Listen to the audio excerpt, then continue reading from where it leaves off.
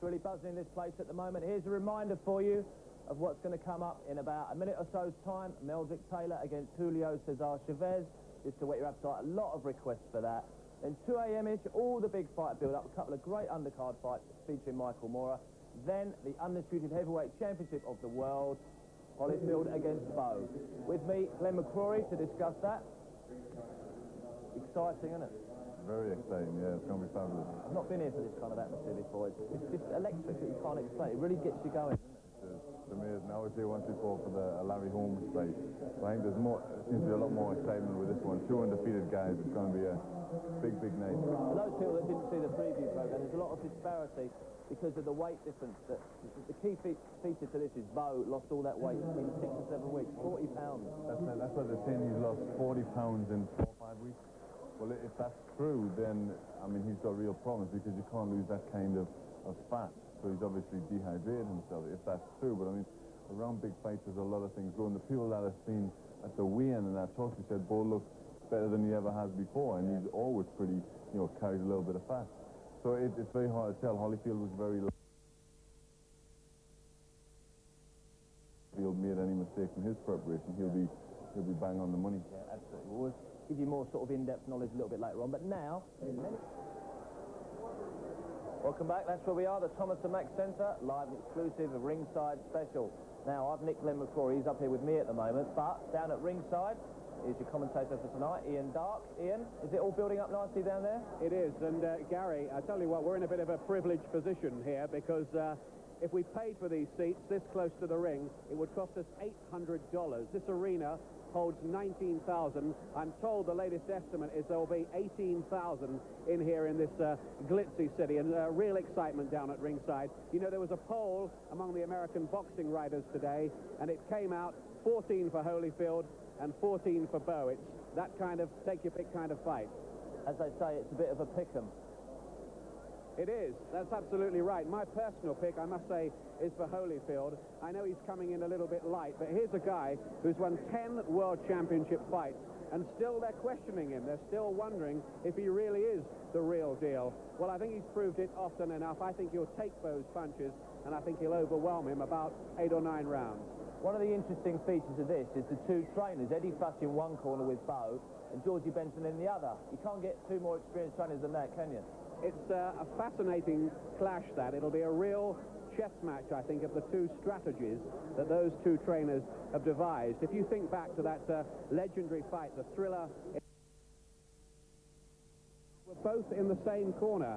Eddie Futch, who's now 81, George Benton was his assistant there, and of course they made that decision that day to take Joe Frazier out of the fight after 14 rounds. A very humane decision in that grueling fight. Here they are, pitting their wits against each other. Who comes out on top? One person that really fascinates me is Lou Duva. He's an unbelievable character, and the camp around Holyfield is what really impresses me. I think that is the reason why he's a good champion and has stayed a champion, is because of the management team, so to speak. I don't know if you agree with me. Yes, I think the words that Lou Duva uses about Evander Holyfield are dignity, class, and character. They've got a real role model for a champion there. He doesn't say too much. He's pretty stoical. He's a bit... Lou Duva is, of course, a great character, not only in American boxing, but world boxing as well. Former Teamsters union man, tough guy, and, of course, he's been known to have the odd fight in the ring himself if he's not happy about the way decisions are going. Remember, he went in the ring with Roger Mayweather and got knocked out. There was a nice little story about that. He came down at ringside afterwards, complaining to the American boxing writers, saying, what's going on these days? One of them said, don't worry about it, Lou. We had you well ahead at the time of the knockdown. Well, listen, we'll talk to you more later on. Thanks for the moment. Now, coming up very shortly, Tim Little's against Gentleman John Scully. But we were talking of Lou Duva, so a couple of days ago, just prior to the weigh, and I caught up with him. He's a very interesting guy. Listen to this. I come in here this morning, I get three guys stop me. 2 guys and my daughter stop me. And says, Dad, Evander's looking for him. Lou, Evander's looking for him. Yeah, Lou, Evander. Got the phone. Champ, yeah. What's the problem? He says, well, I figured maybe, you know, do you want me to train? Do you want me to loosen up? Do you want me to shake out? Do you want me to do something? I said, you know, You must be ready, I said. It's the first time in 8 years that you called up. Every other time, the last week of the fight, we got to beg you to do things. We got to scheme to do things with you and all that other stuff. What is this? I want to win this fight. I'm ready for this here fight. I'll tell you what we do. Rest up, listen to some music. When I'm done with all the hullabaloo around here, before the weigh-in, we'll take a walk over to the mall. We'll buy a sweater. We'll buy a shirt. Come back, and we'll go to weigh-in. Okay? Okay, bud. If you want me to train, I'm ready to train. Forget about it. Just stay up in your room.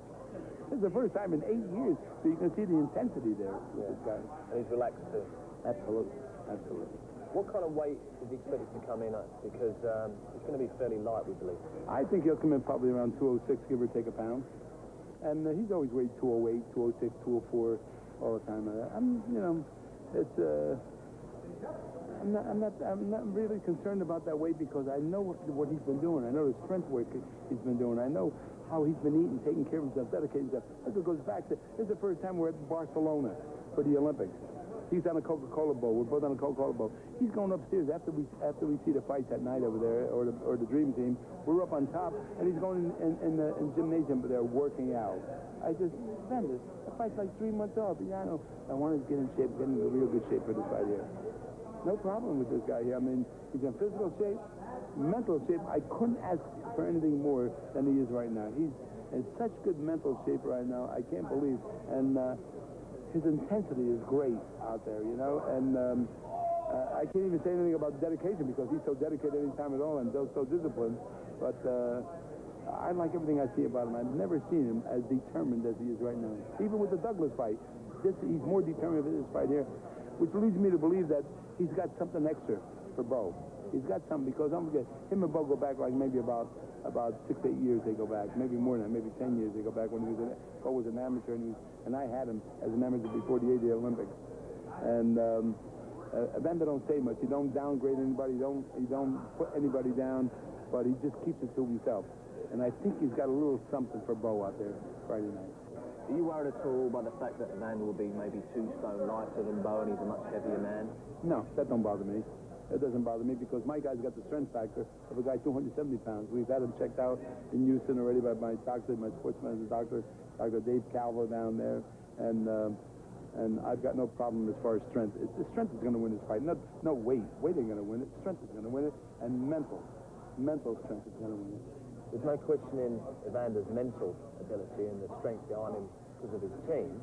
How do you see the fight going? Do you think Bowe will come and try and stop him straight away? I think Bowe's going to take his best shot right off the bat. I think he's going to come out there gunning for him.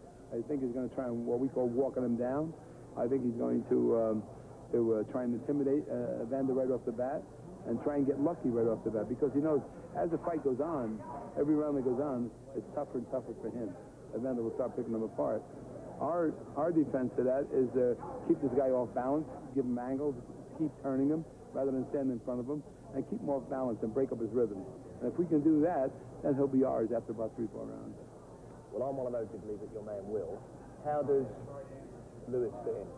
All going to happen next year? As far as we're concerned, Evander Holyfield wins the fight. We're ready the next day to sit down and fight Lennox Lewis for April or May of '93. We made a commitment and we'll stand behind that commitment. I got no problem. I think Lennox Lewis is a credit to the heavyweight ranks. I think he deserves the shot.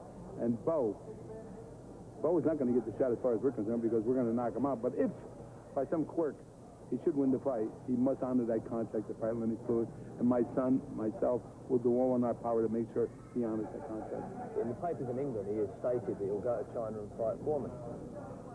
Well, I don't know, and I don't, again, I don't know what can happen. I can't speak for the management of Bowe, but the best way to cut all that out is to knock Bowe out, and then they got no say in the darn thing. I'm sure you will. One thing that we've not spoken to you since the Lewis fight, you were there with Meldrick. How impressed were you with Lewis? With Lewis, I thought he was fantastic. I thought Lewis would win the fight. I picked him to win the fight before the fight. But I never envisioned that he would knock him out so fast and so clean and so well prepared for the fight. He's going to be a tough opponent. I thought he did a number on his guy. He intimidated him before the fight. He intimidated him once that bell rang out there. And I thought he put one hell of a fight. If there's anybody that's deserving of a title shot, it's Lennox Lewis. Told you he was an interesting guy, didn't I? And I think one of the reasons that the Holyfield team is so good. Now, two of the most, well, what can we say, respected boxers, best-looking boxers, Lennox Lewis and Glenn McCrory. Lennox, I spoke to you yesterday. How's your day been since then? I mean, it's just one interview after another, surely. Just said them, you know, I got one radio interview to another radio interview. I had about 7 today, talking to all parts of the world, all parts of the USA. You know, it was exciting still. What I've been doing is I've been talking to quite a few Americans about you, just to see what they now think of you. And a lot of people are saying to me that you are the next heavyweight champion of the world. Well, you know, that feels quite good that they have, you know, that confidence in me. But for me, the job ain't done yet. Lennox Lewis is on the mission, still focused, and there's still one step to go. Yeah. Now, what do you think will happen tonight? I think it should be quite interesting. You know, there's a lot of factors at work. You can look at the weight difference, the loss of weight difference, the cut that may reopen. I think things will be gained in the first couple rounds to see what will actually erupt in the later rounds. What was the cut in particular you're referring to? The cut that Larry Holmes gave to Holyfield. I heard a couple weeks ago that the cut reopened, so it may be a factor in the fight. Your thoughts are with Holyfield, like me, aren't you? I do think that Holyfield can win by a later round, so just overpower him, just be too much of a champion, too much of a pro from. But he is going to have to be the weight and the power. It's a big fight, and they're both unbeaten, which makes it a great matchup. And he's just going to have to be very careful, Holyfield, early, because I think if Bowe tags him with a shot that Bert Cooper tagged him with, he might not get up. Have you got any preference to which of these two you fight? I mean, you've got to think about it. You've got to weigh them both out. There's a lot of resentment for Bowe and a lot of respect for Holyfield, but... Well, the main thing, you know, it doesn't really matter who wins. I want to be the first man to beat Holyfield, so I'm kind of pulling towards Holyfield. You know, Riddick Bowe, I've already beaten him in the Olympics, but, you know, if he comes out, I heard that he's not going to, he doesn't want to fight me. I actually feel that he's going to be running away from me. Instead of Ridiculous Bowe, I'm going to call him Chicken Bowe. No, I think you're right. I think he will run away from you. I mean, as we said yesterday, there's disputes about whether he'll actually fight you and so on, should he win, but it's a bad way to be crowned champion, should you be crowned in retrospect. You don't want that, do you? Well, to me, I think, you know, the whole world will lose respect for Riddick Bowe, especially if he wins. You know, we're talking if he wins, and I think that's the biggest mistake he could make. But Evander Holyfield has already said that he will box me, and that is the fight that I'm really looking towards. I'm leaning towards that fight. If we're leaning towards Holyfield, how would you fight him? Well, I would just go out there and do what naturally comes to me, and that's just box. Because I feel I have the talent, the power to knock out Evander Holyfield and bring home the title to England. Now, Glenn, you've lost to this man. I hate to keep reminding you about it. I know he's sitting alongside us. What impresses you about Lennox? Because he's such a complete fighter now. He's very good. I mean, it was a great... I'm embarrassed of myself. Yeah. No, he did it was a very good performance. I picked Lennox to win against Riddick, but to do it on points. So he showed me something that, even though I fought him, I wasn't sure whether he had the big power against the heavyweight. I mean, obviously, I knew he could punch, but you know, it's a different win with a really big fella that I'm not. And he proved that he could do that against what everybody was saying was, you know, the most feared man in the heavyweight division, and he made it look very, very easy. So obviously, I think he's in with a great chance. Right. You're very, very respectful. Thanks for joining us. We'll try and get you in later. I know you've got a million things to do. But for the moment, we're going to go down to ringside. It's Tim Littles against John Scully, and we'll join lost Lennox Lewis, I'm afraid to say. He's got other TV commitments. He goes out the front door, but look who's just come through the back door. There he is, Riddick, Big Daddy Bowe. I don't know what he'll be thinking. I'm sure he'll be a little bit nervous.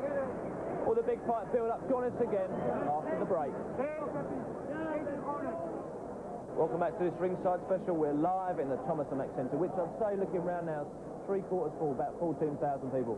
I've got Frank Maloney with me, Lennox's manager. It's been, Lennox was here earlier saying how busy he's been. I mean, obviously you're walking around, it's just as bad for you, isn't it? Yeah, it's quite bad. Missing our secretary to do all the paperwork, which is mounting up. But otherwise, we're enjoying ourselves. We've done over 95 interviews in 2 days since we've been here. Yeah. It's going to be even worse when you get home as well, because people are going to be sort of saying, well, what was your reception like, you know, when in America? It's not going to stop. Well, hopefully we'll get a couple of days rest sometime next week. Yeah. I know he said he might go away to Jamaica for that week. What about yourself? Sorry? He said he might go away to Jamaica for a couple of weeks. What about yourself? No, he can't go away till December. We've already made that arrangement. Yeah? No, we got 3 weeks of hard PR work when we get back. Yeah. And then December we'll take some time off. And we've got to get the contract signed for the heavyweight fight by the 19th of December. Yeah. So, what do you hope happens tonight? He hopes, obviously, Holyfield's going to win, like we all do, but personally, you got a preference? I want Holyfield to win. It'll be a lot easier to negotiate the deal. We already know Holyfield's committed himself to fighting Lennox Lewis. Riddick Bowe, we're just hearing a lot of different stories about, so until we actually know the outcome, we're in limbo. How do you think this fight will work out tonight? I think Holyfield will win in around about 8 or 9 rounds.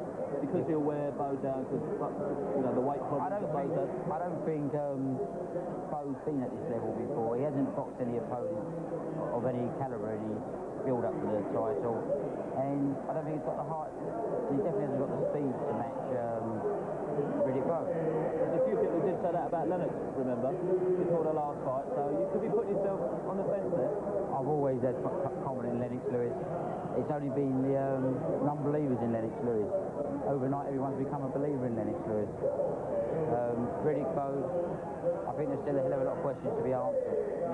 Remember a fight Bowe had with Tyrrell Biggs, and Biggs actually caught him on the chin and he rocked him, so I've never really seen Bowe take a big shot. And Tony Tucker, the fight against, Tony Tubbs. Everybody thought Bowe had lost that fight, and he got a very close point decision after 10 rounds. You know, he's never been tested, and Coetzee was hitting him with a hell of a lot of shots last July here. If he's struggling to make the weight, he's thought he's been on diuretics, we'll explain later, but he's lost all that weight, he's going to be weak, so he's going to have to come out and try and knock him out. Well, he's the only heavyweight I know who's had any trouble making weight then, because heavyweights don't really worry about their weight. Getting the weight down, you know what I mean? I don't know. Last fight he was 245, so he's coming in 10 pound light to this fight. You know, I don't really know. He may use the weight as an advantage. All right. Anyway, back to the Thomas & Mack Centre, and there is the champion, the undisputed heavyweight champion of the world, just shaking out in his dressing room. Looks fairly relaxed. He's not too worried. My money's on him. He doesn't look too bad, does he, really? Just shaking out there, loosening up. Looks nice and relaxed there. You know, it seems like they're the same atmosphere as we have in our dressing room. You can see Lou Duver in the background, keeping everyone calm and cool. I think Evander is really up for this fight. And you know, what Lou was telling us today was that he's gone back to a lot of his old training habits, forgetting all the modern technology. He's been doing a lot more sparring, a lot more road work. And this fight, he realises it's a fight that can make him, and sort of give him more credibility. First legitimate fight. What, about less than an hour away now? Let's just go back to Junior Jones. You've heard me go for Hollywood in 7 or 8.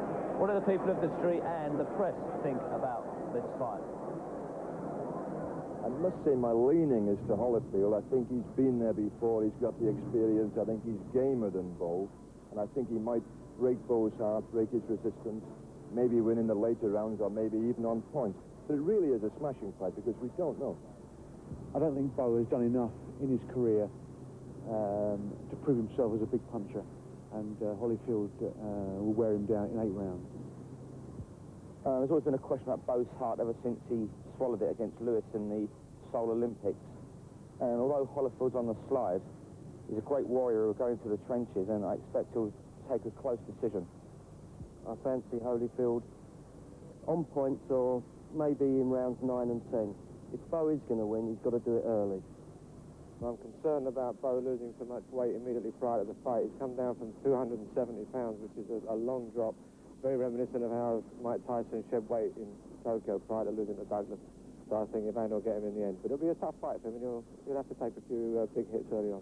Well, the oddsmen here have got it a pick 'em fight, and I think that's about right. It's very difficult to decide who's going to do it, but I would go for Holyfield to wear him down, wear Bowe down, and with the referee stepping in to stop it in about the 10th. It's a good fight because for once they're not cranking up some old geriatric and bringing him out. But I think we'll find that Holyfield is the man. Provided Holyfield can survive the early bombs of Riddick Bowe, he could well stop it in the later rounds. He's a more skillful fighter, and he looks in better condition, and I think he looks very good to retain his title. My prediction is that Riddick Bowe will be the new champion. And then he'll be ready for Mr. Lewis next. Take my word. I think Evander Holyfield is going to take out Riddick Bowe in, say, about the 7th round, because he's the real deal. We saw Bowe coming into the lobby, and he looks good to me. I haven't seen the other fighter, and I know nothing about fighting. But I think he might win, and I hope so. Riddick Bowe's bigger, he's stronger, and Holyfield hadn't shown me that he's fought anybody, and I just think Riddick Bowe will win it. Well, taking a very educated guess here, I'd say that probably Holyfield will win, but you two and James Brown and Julio Iglesias will probably come a close second. Who knows? Vegas. So the consensus of opinion, 90% Holyfield, 10% Bowe. We'll see very shortly. Gentlemen, join me. Pepe Correa, Lennox Lewis's trainer. Has it been as bad for you as it has been for Frank and Lennox, the reaction? Oh, we've been very, very busy since this fight. Been very, very busy. Just tell me, you said to me earlier that you thought Holyfield was a little bit nervous. Well, I listened to the dress room in the beginning. I saw him a little bit tight. But I think I was wrong now. Maybe it's because he was listening so hard to the referee that I thought he was tight. Because when he come back with the second shot and he showed Holyfield, he looked to be kind of loose. But if I was in his shoes right now, I would be tight. If I was in Bowe's shoes, I would be tight. This is a very, very big fight. There's a lot of pressure on both young men. You know, you're dealing with kids here, basically. There's a lot of pressure on both young men. So how will Lennox be in April? When you're with him, it's his chance. Lennox Lewis is a total different breed. Lennox Lewis is cold as ice. Lennox gets in the ring and nothing bothers him. This young man can go in the back of the dressing room throughout this fight and actually go to sleep. Nothing bothers him. He's so relaxed and so at peace with himself. And that's what makes it different. Lennox Lewis is at peace with himself. Do you make him like that, or is he naturally like that? I think it's a combination of both. No, I don't like it. The peacefulness has to be there first. And, you know, but we got a heck of a team. And when everybody around with the Frank Malone's and the rest of the guys that we have in camp, that has a lot to do with Lennox Lewis. So if you don't have the right kind of team, you're not going to be loose. And he's a very loose individual. As far as I'm concerned, he's one cool guy and he's going to be the champion of the world very, very shortly. No doubt about that, no doubt about that. A lot of celebrities here. We've got Turbo here. There's a few more down at ringside as well. There's Magic Johnson, one of the dream teams. He was going to come back. I think he's going to pack up now. Anyway, let's go to ringside and join Ian Dark for Michael Mora.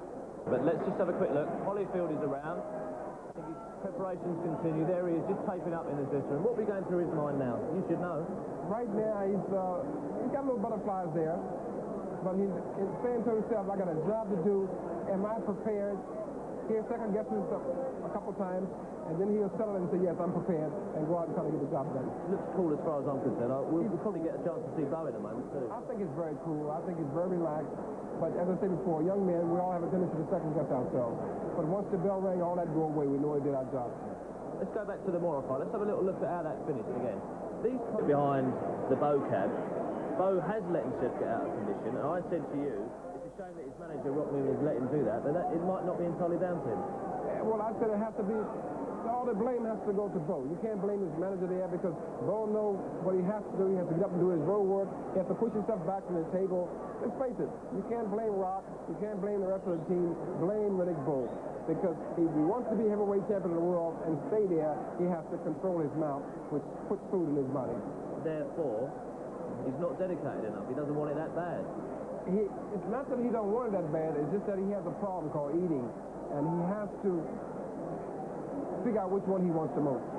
Is that a well-known fact that he likes eating? I mean, he's got the Buster Douglas problem, has he? Well, I look at him. It looks like he's been doing a whole lot of eating, so that's a known fact. We're going to take a quick break. It's interesting talking to Pepe because you get all the inside knowledge. It's fantastic. Take a short break. Join us. Welcome back to the Thomas & Mack Centre. It holds 19,023, I'm reliably informed. I think there's probably about 18,500 at the moment. It's absolutely buzzing in here. If you have a look around, this stadium, all these people are here for a reason. A lot of them come to Vegas to see the fight, and a lot of them spend an awful lot of money on betting.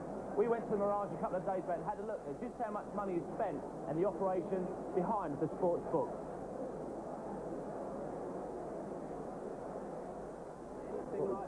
This is the kind of place that you don't get in England. This is the sports book. It takes up a corner of the Mirage Hotel and Casino here in Las Vegas. And this place generates an awful lot of money. Last year, in the state of Nevada alone, $2 billion was spent on sports betting. and we're here today, and I have with me a gentleman called Jimmy Vaccaro, who is the director. He's the director of this facility here. How long have you been working here, Jimmy? Gary, we've been open 3 years on November 22nd, which is just a few days away.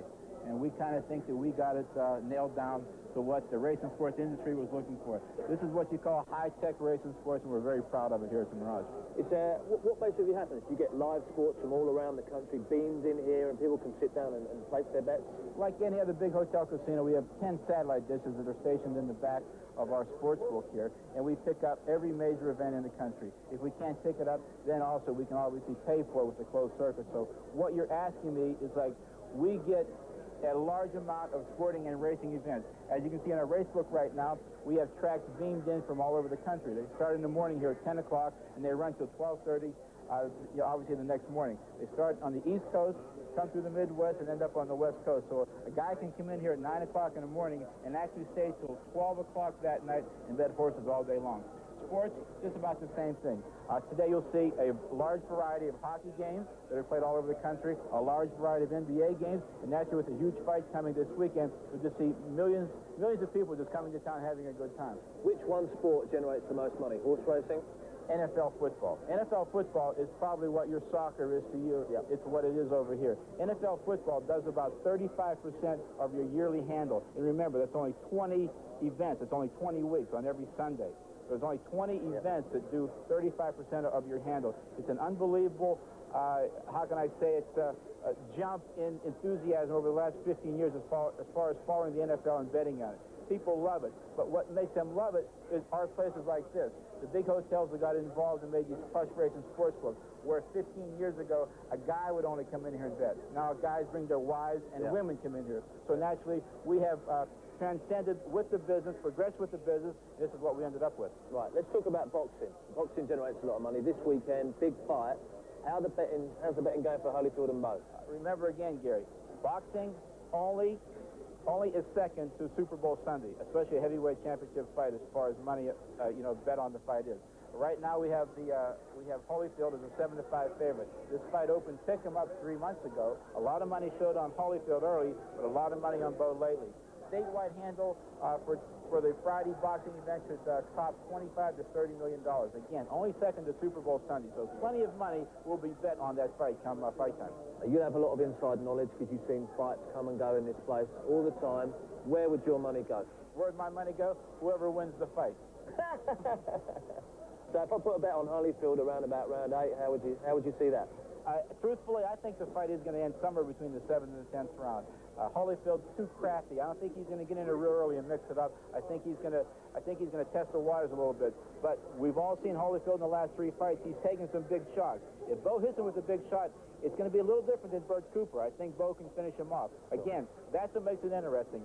I've had 1 million people, 500,000 people told me Bowe's going to win, 500,000 told me Holyfield's going to win. That's what makes it a horse race. Right, a little bit of hypothesis. Next April, hopefully, Lewis Holyfield or Lewis Bowe.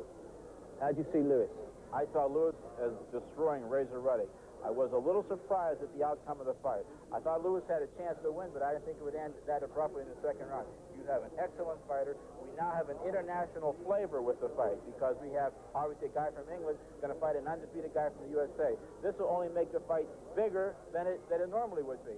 I would open that fight right now around Pick'em. I really can't separate those two guys because Riddick had a lot of credentials going for him. The guy stayed in with Tyson 2 times, put up a pretty good fight, but went over there and got destroyed. So the myth that Lennox Lewis wasn't as tough as people thought he would be, it's strictly a myth. This guy is a great fighter. Yeah. If they fought tomorrow, I would open up the fight, pick him also, and your guy got a great chance of winning the fight. Interesting, isn't it? $4 billion spent on betting in the state of Nevada last year. Incredible, isn't it? But how much money is going to be spent on the football back in England? Because this weekend sees the start of the FA Cup. Sunday. Now, I'm going to head you down to Ian Dart, who's got a little story for you. I wonder if he's going to make it back for Monday. I hope so, but there's a little story concerning Evander Holyfield's camp. There is. We're getting news here. You're not going to believe this. How long have they known about this world heavyweight title fight? Guess what's happened? Evander Holyfield has left his boxing boots at the hotel. So we have a delay. Worldwide satellites, forget it all. He's left his boxing boots at the hotel. You can't believe it, Claire McCrory. Unbelievable. I guess he's got an awful lot on his mind, but you'd think somebody would have remembered these boots. Yeah, one more question for you about Riddick Bowe. Has he remembered to bring his heart? Because everybody's saying this guy could be a quitter. I think the jury's out on that, don't you? It certainly is out on that, but I think we're going to find it all out tonight. He's got a lot of confidence. He's a lot bigger than Holyfield. He thinks he can do. He's been very relaxed here. It's going to be a great fight. I don't think he's going to do it. I think Holyfield will be professional, even though he forgot his boots. Will be professional and will do the job. You tip Lennox Lewis. You tip here in a word. It's Holyfield a stoppage run about 8-9. Now, this is getting boring. We're always agreeing. I think it's going to be Holyfield as well. Let's wait for his boxing boots to arrive first, though, shall we? Let's hope the fact that he's got the boots is not a sign to come. Pepe, you've just told me that there is one man assigned to do that job of packing the bag. He's obviously urged. That makes sense. You're a hired man to do this job for you. He should have a checklist on fight nights. The fighter has too many things to think about. He should check off everything he needs, the mouthpiece, the cups, the stocks, everything. And this is uncalled for. You have a man to do that job, he should do it. And my opinion, on a big fight like this, he didn't do his job, he should be reprimanded. Right, if he gets the elbow, we won't worry about that. But will it affect Holyfield, the fact that he's got to find his shoes, suddenly they're not there, where are my shoes? Is he going to panic? Looking in his dressing room, as cool as Holyfield looked, that won't bother him at all.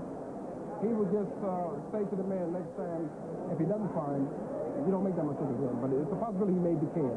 Have you known any kind of instance like that in all the fighters that you've had? Did Sugar Ray ever do anything wrong like that? We've had, even working with Ray Leonard, we've had a guy that leaves his shoes behind, and we had to rush all back across town to get shoes. Yeah, it has happened to us. That young man was no longer there after that fight. Just talk to me about some of the little quirks that boxers have. I mean, is it true that Sugar Ray used to box with a photograph in one of his boots and things like that? Do you know of anything interesting like that?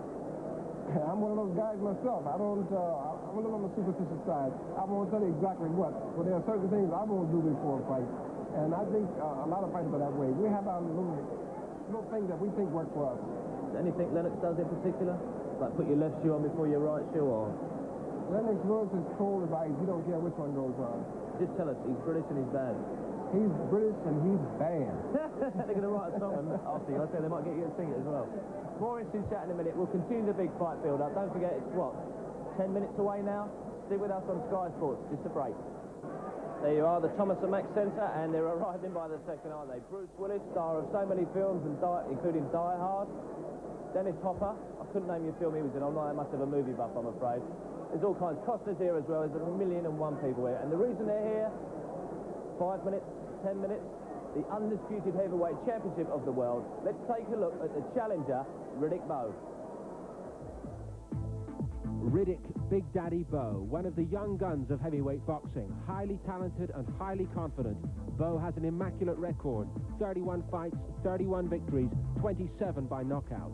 The silver medalist of the 1988 Seoul Olympic Games, he believes that it's only a matter of time before he meets with his destiny. His performances in the ring so far have been impressive and mostly highly explosive. Last second now. And over he goes again, and the bell rescues him. You cannot. He's out. He's counted him out. He's not getting up anyway. Here's Bowe now. The same thing that he did with Jose Revolta. And he took a left. He's down from the left. Let's see if he'll spin around. Let's see if he'll spin around. Joe O'Neill trying to get Bowe in the neutral corner. He's not winking this time. He's not going to make it this time. It's all over.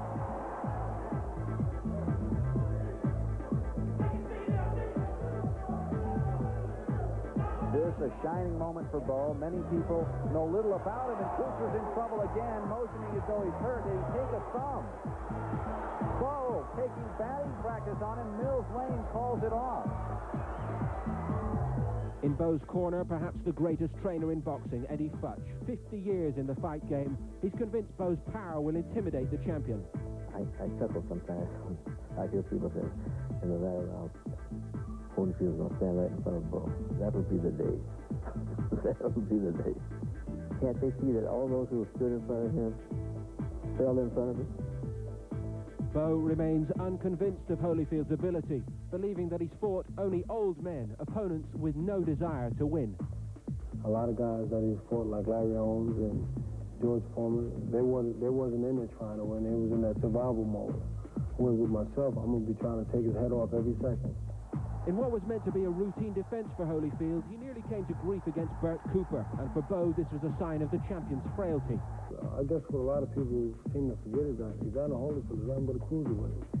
And that's what Burt Cooper is. He's a cruiserweight. And they just go to show you a cruiserweight can hurt him, so you can just imagine, excuse me, what a bona fide heavyweight can do to him.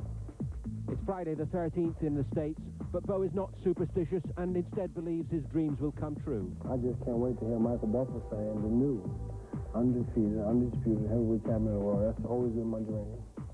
And I think once he says that, then I will realize that my dream has come true. There you have it. That's the challenger. Now, Pepe, Riddick Bowe, how big's his heart and what do you think he's going to do? How do you think he's going to come out? I really think Riddick Bowe is going to come out and try to jump on Holyfield and get the job done. But Holyfield's job is to tie him up inside close, watch out for the uppercut, and just bide his time and try to outbox Riddick. Holyfield has to get past the first 4 or 5 rounds to prove to me that he will go through the whole fight. The longer the fight goes, the better it is for Holyfield. Riddick Bowe is carrying 200-plus pounds, 235 pounds. I believe that'll be a detrimental to him as the rounds go on. Right, so it'll fire, basically, and then Holyfield can take advantage. I think that will be the case. But as I said before, Holyfield has to stay out of trouble for 4 or 5 rounds. Otherwise, use good smarts and box. So what would you expect Holyfield to do? Command the centre of the ring, jab, stay out of the way, and just wear him down like that, try and fire him? He has to do it that way, but he has to be able to use the whole ring. And he must hurt Riddick Bowe early if he's going to get any kind of respect. If he doesn't, Riddick Bowe walks through him. He must not go up the gut with Riddick Bowe because he has a very vicious uppercut inside close. Is he strong enough to hurt Bowe, though? He's only 14 stone 9. I don't have any problem with that. You know, the fighter used to be 186 and 190 pounds and were heavyweight champions of the world. I don't have no problem. He's definitely strong enough. Right, there you go. That's what we think tonight with Bowe. Let's have a look at the champion himself, the undisputed heavyweight champion of the world, Evander Holyfield. Evander Holyfield, the undisputed heavyweight champion of the world. In a 28-fight career, Holyfield remains unbeaten. A model professional, he has brought dignity and honor back into heavyweight boxing. A world champion in every sense of the word. Holyfield achieving his lifelong ambition through diligence and unstinting hard work. He's surrounded by one of the most professional training camps in the business. Yet, at the age of 30, and with 3 successful world heavyweight title defenses behind him, Holyfield feels he is still lacking the respect that a true world champion deserves. His critics claim that he has fought no one of consequence since winning the world title over 2 years ago. Evander Holyfield is concentrating a lot on working. He's got a good shot, he's done him! Right on the chin. Doesn't look like he's going to get up. He's not getting up from that. That is a major upset. He's out. He's out. And we have a new heavyweight champion of the world.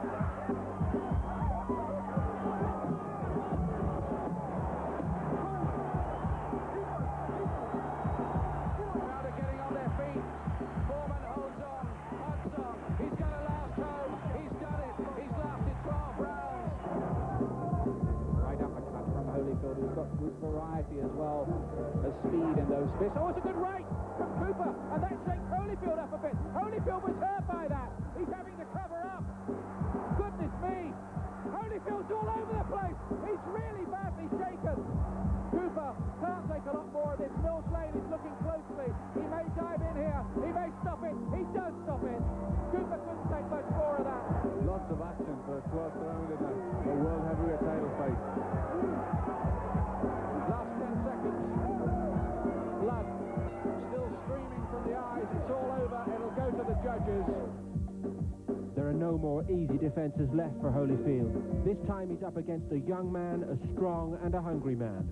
Holyfield's manager Lou Duva remains unconvinced that Riddick Bowe will be able to impose his will upon his champion. It's the physical strength, it's the mental strength of the big guys. If he can impose that physical strength and mental strength on a small guy, and if he can't, he's got a problem because he'll fall and fall like a regular trade no more. As ever, Holyfield remains quietly confident in his own ability. Bowe may be the bigger man, but this is nothing new for the champion. I fought bigger guys, quicker guys, stronger guys, and, you know, I'm still undefeated. So why would I just think that a guy just because he's 25, he's that size, that he would be better? You know, bigger is not better, better is better. Holyfield's trainer, Georgie Benton, feels there are many more unanswered questions about the challenger Bowe than there are about the champion. Holyfield's got a good defense. He's not going to get hit with all these crazy punches Bowe want to throw at him. But the thing is, can Bowe take it? That's the difference. Can Bowe take it? We don't know yet. As he prepares for his fourth defense of the world heavyweight title, Holyfield knows that this could be his toughest fight to date. He's a very aggressive fighter, and I'm the type of fighter that likes to mix the action. I can see the fight being a very explosive fight from day one. So there you are, there's Evander Holyfield. Now, we know how good he can be. What faults has he got? Holyfield right now has a tendency to be a little too macho. He got to come out and box, box, box. Get the fight to go into the later rounds. Don't get macho. He has a tendency to stand in front of guys because he knows he's got a good chin. Don't worry about how good your chin is or to prove to people how good you can fight. Box this guy somewhere along the line. You got a good left hook. Hurt him early. If you can hurt him with that left hook early, you can lay back and wait till the later rounds and get him out of there. I'll tell you what, it's a tremendous thing. There's Holyfield warming up. There's Mr. T. It's crazy, isn't it? It's unbelievable atmosphere. I've never seen anything like this. Atmosphere. I mean, this is like something like the fight with Thomas Hearns and Ray Leonard way back years ago. This is something. I mean, this place is really ecstatic. He's looking good for me, isn't he? He looks good from here, and I say again, don't get macho. If you don't get macho, you go away with the win. He did that against Cooper, didn't he? And Cooper caught him with one, didn't he? Cooper caught him one. He could have gone out of there. Cooper didn't react fast enough to get him out. However, you got to give this guy credit. He has a big heart. He has a good left hook, and as long as he got that good left hook and that big heart, he can win fights. But in this fight here, he must not get macho in the early rounds. He must try to take the fight into the later rounds. But as I'm saying to you, he must hurt Bowe somewhere in the first, second, or third round with that big left hook, and then he can lay back and box the way he want to box. Just to get his respect. He has to get that respect somewhere in the first 3 rounds. Right. I think there are pictures of Bowe around. I don't know if we can get into his bedroom at the moment. There he is. There's Eddie Putz. It'd be nice to see his face, just to see how worried he is. You can tell a lot from a boxer's face, can't you? I know you can. I look in the eyes and I see a lot of things. But you know, he got an old pro there with him who may be able to settle him down. Right now, and looking at Bowe right now, yes, he is tight. I can see it. That's the reason why he's throwing so many punches and dipping and diving from side to side. That's Georgie Benton. I mean, what's interesting for me is you got Georgie Benton in one corner, Eddie Putz in the other. They both used to be in the same corner with Fraser, didn't they? Isn't that something? I won't go on record saying who I think is the smart, but they're both great. Who's the smartest, but I think they're both great trainers. What do they bring to the dance, those kind of guys? I mean, what experience? They have seen it all. They've done it all. They've been in big fights before. They're able to keep you cool in the corner. These guys are everything to you when fight night comes. How much of a boxer's talent is a natural talent, and how much of it depends on guys like you to teach them? Well, I'll be honest with you. 80–90% of it is the boxer. The rest of it is his whole team, not just the trainer alone. It depends on the manager. It depends on the guys who do road work with him. So it's a combination of a lot of guys. 80% boxer, the rest 20% comes in for the rest of the team. Well, one person who's got a very interesting opinion on Evander Holyfield is the last man to beat him. It was in the 1984 Olympics. His name's Kevin Barry. He's from New Zealand. Just listen to what he has to say. Kevin Barry, you're not a familiar face in Great Britain, but you're a familiar name on the record of Evander Holyfield. Just tell us that you were the last guy to beat him. To meet him or beat him? To beat him, yes. Well, on the record books, I am the last guy to beat Evander. Albeit by controversial circumstances, but I suppose I've got a special place in history, or Evander Holyfield's history anyway. That was in the 84 Olympics in the semi-finals, is that right? Semi-finals, yes. And he was disqualified for hitting you after the bell. Yes, 8 seconds remaining in round 2, and the referee said break. And I stepped back with my left hand down and with my right hand down and copped the ferocious left hook. I was doing a starfish impersonation on the ground for about 3 seconds. That was it, that's history.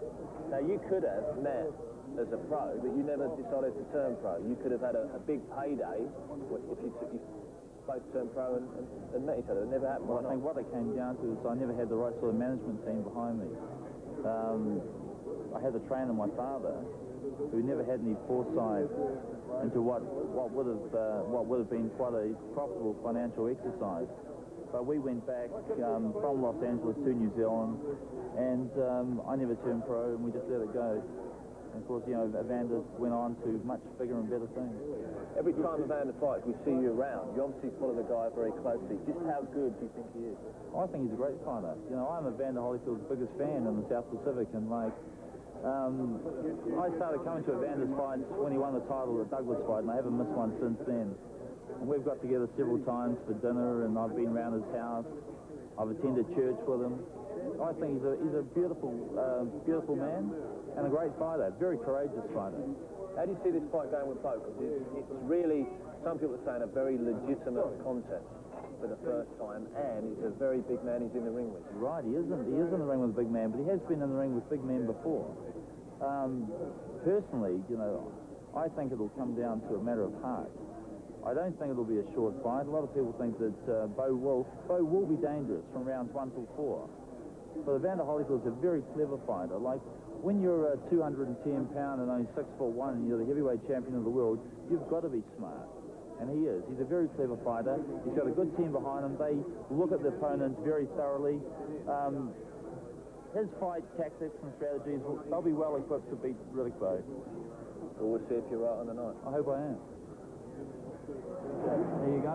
There's the two of them. Bowe on the left, Holyfield on the right. Just have a look at Bowe, Peppy. What do you think? I see Holyfield being the loosest guy. I mean, you see where his punches come off so snappy.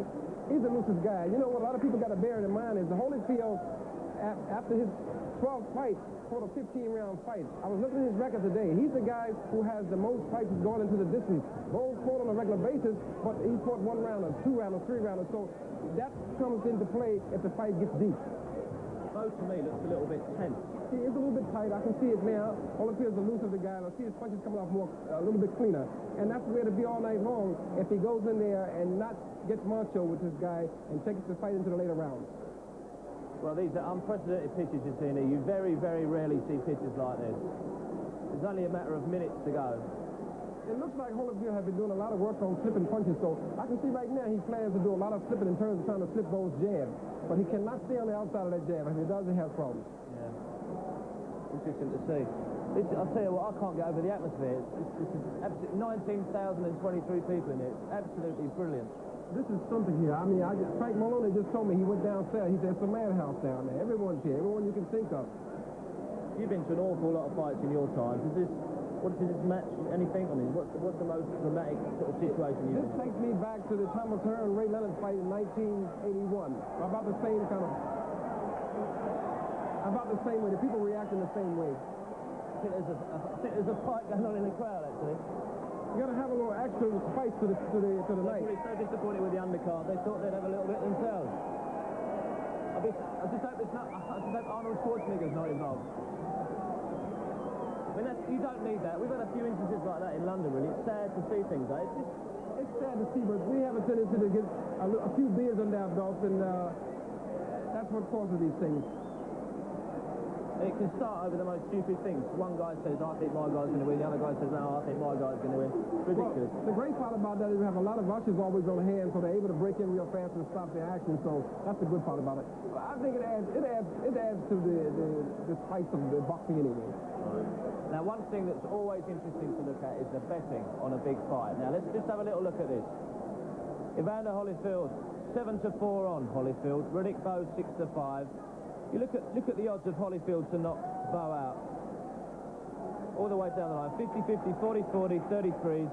To win on points, 5-2. Riddick Bowe to win on points, 3-1. I've not actually asked you when, Peppy, you actually think it's going to finish.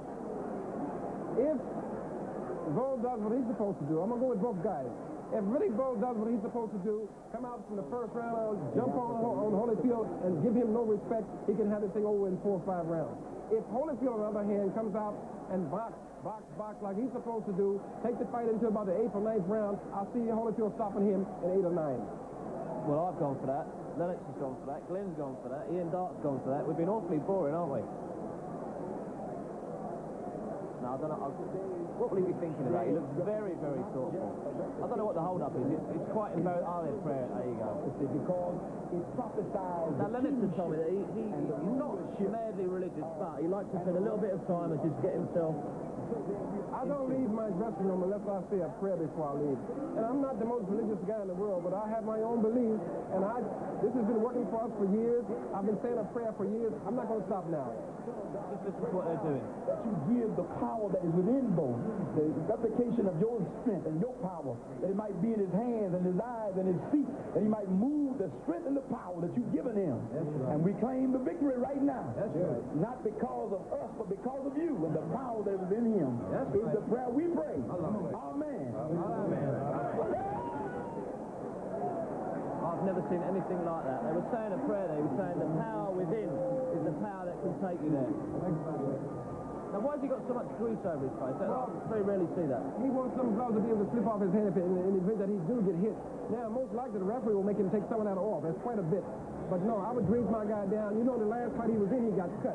So I would try to put as much Vaseline as I possibly could across his eyes and around the eye area. That's why he's got all that Vaseline there. And he do it early so it will soak in. So if he do get hit with a hard shot, it'll graze off the side of his head. I mean, that cut you talked about, Lennox actually mentioned it earlier. He said it could be a key. That was the Larry Holmes fight. That could be a factor in the fight. Hopefully the cut won't open up. If he's been about his work, if he's been training on working on slipping punches, he shouldn't get hit with that punch. One thing that I think could be a key is Bowe's chin, because I remember Biggs rocking him, and Frank actually pointed out, I think it was Tubbs, I think he said it was, that actually hit Bowe, and he wobbled a little bit. He hasn't got the greatest chin in the world, and maybe Holyfield might be able to expose that tonight. We have to wait and find out. But you have to hit him on the chin in order to find out what it's like. Well, I'll tell you what, it's absolutely buzzing upstairs. I mean, we're sort of 100 or so feet from the ring. I don't know if Ian Dark can hear me. Ian, can you tell us what it's like down there, mate? Atmosphere down here, actually, Gary. Evander Holyfield backstage. They put the dressing gown on, and the fighters will make their entrance into this arena, which is now an absolute cauldron at any moment. Just looking around me, there is not a spare seat to be had in the house. I must say, I thought Riddick Bowe looked a little bit tense and pensive, and he does there, I think, too. Riddick Bowe, the man who lost to Lennox Lewis in the Olympic super heavyweight final of 1988. He says Evander Holyfield is one of the finest human beings in the world, but that doesn't mean that I'm not going to knock him out tonight. This is his night, unbeaten in 31 contests, and he's won 24 of them inside the first round. He can punch all right, Riddick Bowe, but there are questions about him. Somebody once said about him that he's a big baby. He's got a big mouth, he's lazy, no chin, no chance. But Rook Newman believes in him, and so too does the man at the forefront of your picture there a second ago, 81-year-old Eddie Futch. He says this man is like a son to me, and I think it's one little clue about Riddick Bowe that Eddie Futch does believe in him, because Eddie Futch does not waste his time at this stage of his career. He wants to concentrate on fighters who he believes can do it, and he believes that Riddick Bowe is the man to dethrone Evander Holyfield. We will soon find out.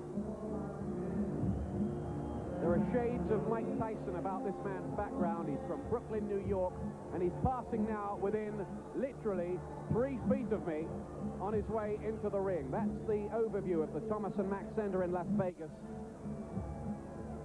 Eddie Futch is there. Hedgeman Lewis, who once fought John H. Tracy for the world welterweight title, will be in the corner as well, along with cutman Ralph Citro. This is Riddick Big Daddy Bowe, the challenger for the title. And Rock Newman there, his manager, the former radio DJ. How does he look to you, Glenn McCrory? He looked very thoughtful as he was coming out. He looked like he was very, very deep.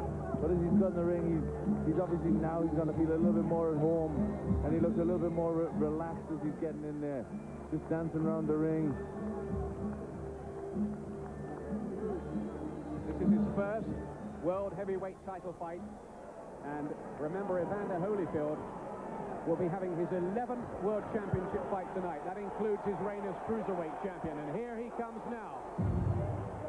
This is the champion. There's Lou Duva, the 70-year-old trainer. And there is Holyfield. He's done it all before, of course, now. Cool, composed. This is the high-tech heavyweight, the man of the 1990s, the man who uses computers in his training. And he has his own ballet teacher and condition coach and strength coach. And he's very probably the best conditioned heavyweight of all time, Glenn. I would certainly agree with you there. He leaves nothing to chance. As you say, all the coaches he's got, he is a fabulous professional. And I think that is the mark of the man that has got him through this far. You know, when he's not really that big, he's done so well. He's built himself up. You know, he's took ballet training to get his movement better. A fabulous professional and a fabulous fighter. Well, he earned £8.3 million when he took the title from Buster Douglas. He earned $21.2 million against George Foreman. He earned $8 million against Smokin' Bert Cooper. He earned $18.5 million against Larry Holmes, and he's probably going to earn something like that again tonight, between 15 and 18 million pounds. Or dollars, I should say. Dollars. Let's get that right. Evander Holyfield. Career earnings, $65 million. But he says, I'm not doing it for the money, otherwise I wouldn't have fought for 13 years as an amateur.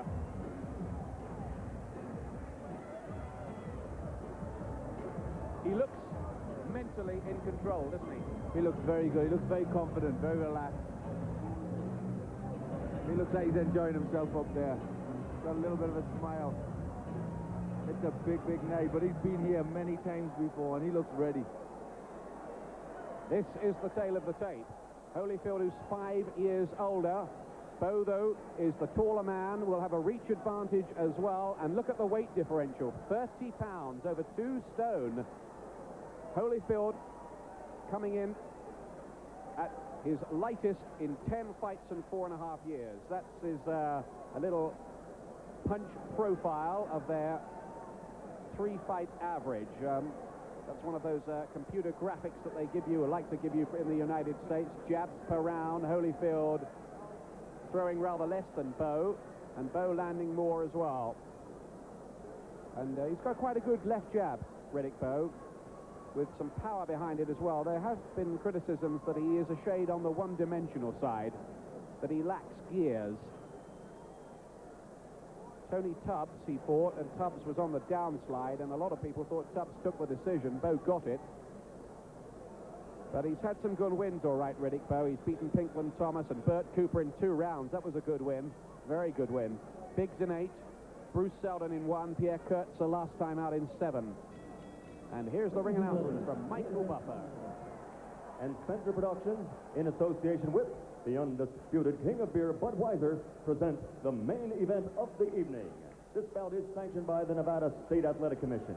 Chairman, Dr. Elias Ghanem. Commissioners, Nat Carasali, Bruce Lane, Luther Mack, and Dr. James Nave. Chief Inspector, Mark Ratner. Ringside Supervisors, representing the IBF, Walter Stone. The WBA, Manuel Landero. The WBC, Jeffrey Gildenhorn. Physicians in attendance, Dr. Flip Homansky and Dr. Al Capana, along with Dr. James Wishgame. Timekeeper, Jane Broadfoot. Counting the knockdown seconds, Mike Lascella. The scoring for this bout will be done on a 10-point must system, and the 3 judges assigned to ringside are Chuck Jumpa, Jerry Ross, and Dalby Shirley. And when the bell rings, the man in charge of the fight, working for the 52nd time in a world title match, referee Joe Cortez. And now, ladies and gentlemen, from Las Vegas, Nevada, by way of the Mirage, let's get ready to rumble!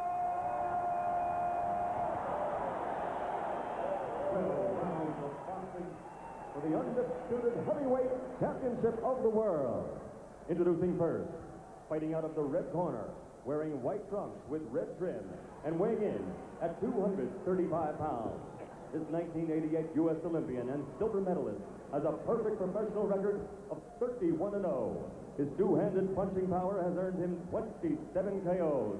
And tonight, he stands on the threshold of greatness. Ladies and gentlemen, from Brooklyn, New York, the #1 heavyweight challenger in the world, Riddick Big Daddy Bowe!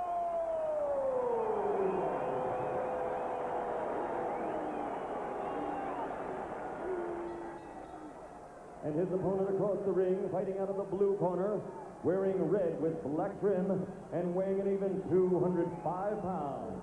He's also a U.S. Olympian, a bronze medalist from the great team of 1984. He was the first of that team to win a world title as a professional. His record now stands at 28-0, scoring 22 knockouts and capturing 2 world championships. Tonight, he is appearing in his 11th world title bout, defending his heavyweight championship for the 4th time. Ladies and gentlemen, from Atlanta, Georgia, presenting the undisputed heavyweight champion of the world, Evander Holyfield.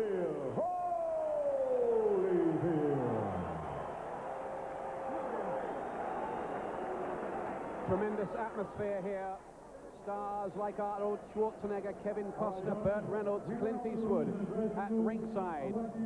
A who's who of boxing, the face of the heavyweight champion. And the challenger, Riddick Bowe. This is the toughest test yet for Evander Holyfield, who still has some convincing to do that he really is the real deal.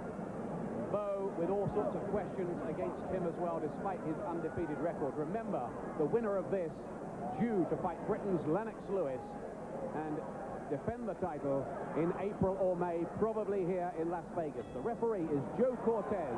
Holyfield in the red trunks and Bowe in white. And will Bowe start really fast and look to shake up Holyfield early with his big, booming right hand and left hook? Or will he try to pace it?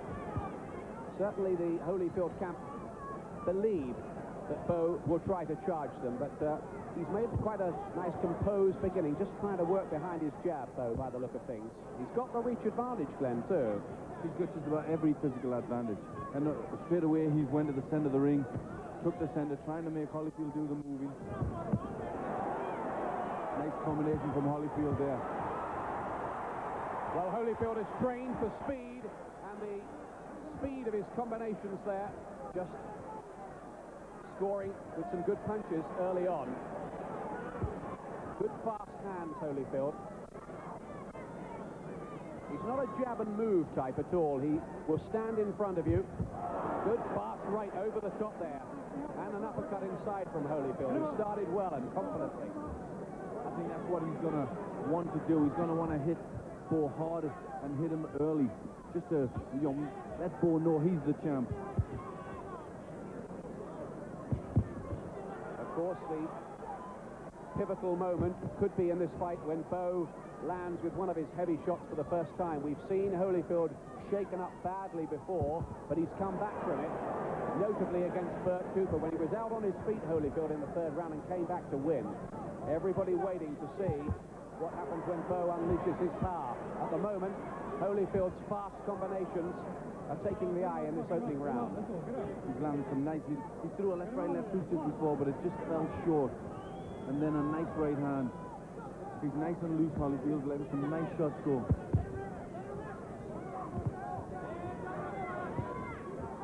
At 14 stone 9 pounds, the lightest world heavyweight champion since Muhammad Ali in the 60s. Bowe's getting his jab to work. He's finding the range with that all right. But Holyfield looks really sharp. He feels he has a point to prove to those who say he's been fighting has-beens and never were.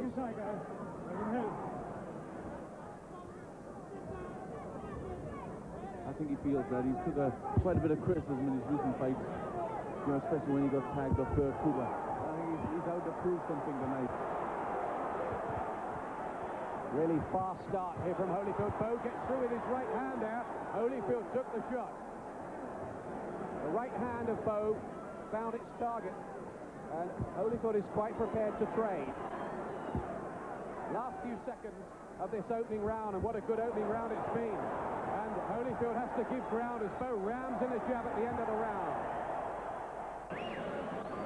Welcome back live to the Thomas & Mack Center in Las Vegas, the World Heavyweight Championship. Evander Holyfield, good, sharp, fast start in the opening round in the red trunks against challenger Riddick Bowe from New York. But Bowe was landing well with his jab in that opening round. Well, I think that's his best weapon that he's got to certainly use in the beginning of the round. Already Holyfield's landing with some good shots, and a nice right hand went in there. Bowe's really got to get that left hand out to try and stop Holyfield from getting set. Great right uppercut inside from Holyfield, and that was a shot that caused an awful lot of damage when he caught smoke in Burt Cooper. Referee Joe Cortez tries to get in. Bowe gets him with the right hand, and he shook Holyfield then. But look at Holyfield. Joe is fighting hard. He wants to trade, and he wants to go to war with Bowe. Now, you wonder how wise those tactics might be against a man who outweighs him by 2 stone and is noted as the better puncher. It was certainly a very good right in that exchange from Bowe, but Holyfield is nothing if not a real competitor. Oh, he shows a great fighting heart, and that all started there from Bowe hitting on the brakes. Holyfield started to complain to the ref, and then lots of action broke loose. Joe Cortez, the referee, just couldn't dive in between them. He just couldn't get there. He didn't have the authority to break it up, and really he should have there. Right uppercuts inside from both of them.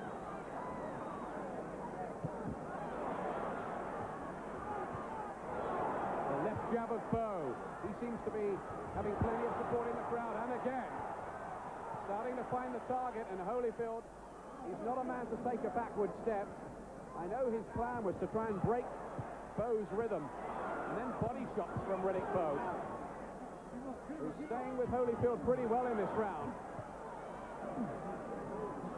Yes, he's content to stand in the center of the ring with Holyfield and have a fight. Good left hook from Holyfield.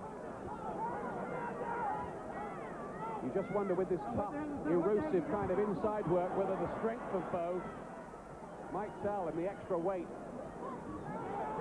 That's right, but Holyfield's been there with the likes of George Foreman, so he knows about strength and weight. Again, the right uppercut from Holyfield, an eye-catching punch. But in heavyweight terms, you have to say that Holyfield is not really a concussive hitter. He tends to wear you down. Bowe's left hook doubled up. Now, and a really good right getting through from Bowe as well. Back comes Holyfield, and this is terrific stuff. It is fabulous. Right at the beginning of the fight, both men are content to stand and have a fight. Both landing with great shots. Last few seconds of the second round, and it's been grandstand stuff. Welcome back. Some of the action from that sensational second round. Both of them landing with really meaty headshots. But I just nicked that round for Riddick Bowe, that second one. This is the third. Bowe in the white trunks. The 25-year-old from Brooklyn, same part of the world as Mike Tyson, who has sent Bowe a message of support from his prison cell. You really have to admire Holyfield's fighting heart. Oh, a right hand from Holyfield, right over the top. The hand speed of it really shook Bowe.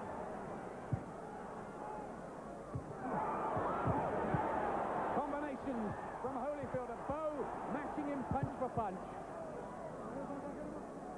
Well, one or two people said this might be like the famous fight between Marvin Hagler and Thomas Hearns for 3 rounds. It's not quite in that furious league, but it's very, very good.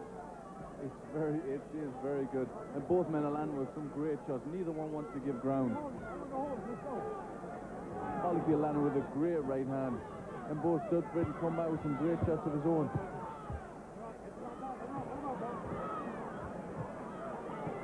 Holyfield just covering up for the moment. And Bowe starting to get to work.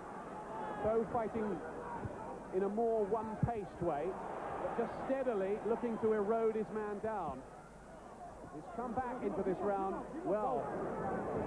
The body shots of Bowe, and then that right over the top again. That's his money punch, that right hand. so far Bowe's having a good round. He's using his strength and his weight well, pushing Holyfield off there and landing some great shots. He's got him again with the right hand, and this is a big round for Bowe now. Holyfield's not doing a lot. He's covering up, and I think he was hurt by a couple of those. Holyfield's work rate drops off. Now he gets to work behind the jab. And if he thought he could exploit the questions about Bowe's allegedly suspect heart with that fast start, maybe that hasn't worked. Bowe is right there and in there pitching.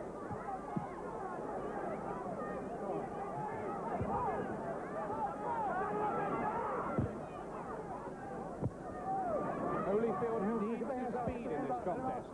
Right uppercut from Bowe inside. Crowd are off their seats watching this in the Thomas and Mack Center. Look at Holyfield come on strong again. Catches Bowe with those two left hooks. This round swinging. Fortunes fluctuating. That's right. Just when Bowe was looking like he was getting on top there, he was throwing some good shots. Holyfield shows his immense heart and courage and came back very, very well.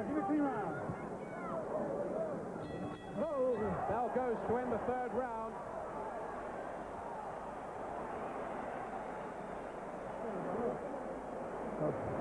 There is Evander Holyfield and Lou Duva, George Benson and Ace Murata. That corner, very experienced team. Using that iron on the right eye, there's a hint of a swelling there. Holyfield was cut, remember, against Larry Holmes in his last defense.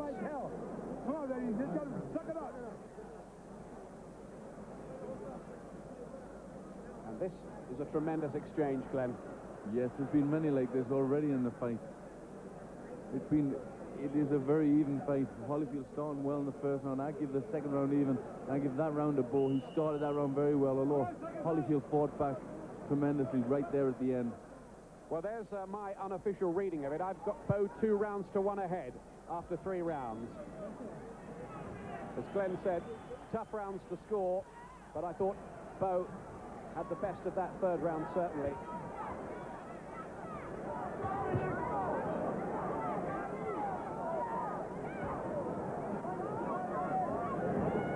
Just a bit of swelling by the right eye of Holyfield. Walked onto that right uppercut as he came in there. But there is one thing about Evander Holyfield which surfaces time and time again in his career. He goes through rough patches. Somehow, up until now, he's always found a way to prevail.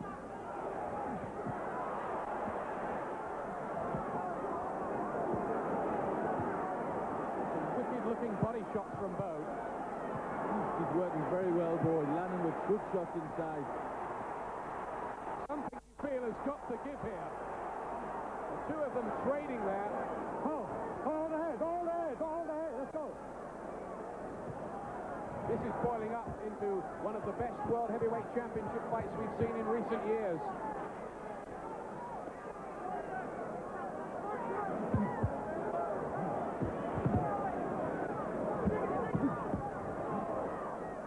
Question really of whether Riddick Bowe, who looked a little flabby, I thought, at his 17 stone and 6 pounds, was it? We got it, come on.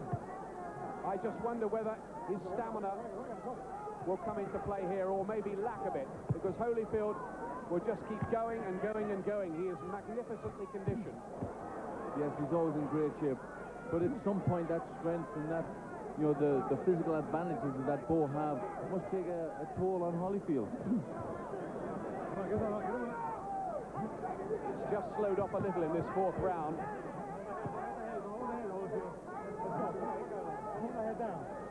I think both of them felt the need for a breather, but Bowe didn't then, did he, with that right? Back comes Holyfield with his. He's got superb hand speed, Holyfield. Get the hands up. Don't be holding. Better get the hands off the neck. Don't be holding the head. Come on. Certainly, Holyfield's corner felt that the time he would take over would be from rounds 5 to 8. This is the 4th. Tremendous pace. Bowe may feel that he's hit Holyfield with some of his best shots, and Holyfield's still right there in front of him. That's right. And that will tell. The questions will be answered when people say it. You know, has he got a heart? At the moment, it looks like he has. We're going to find out more. That's a low blow. That looked like a low blow from Bowe at the end of the round. And Holyfield will have time to recover anyway.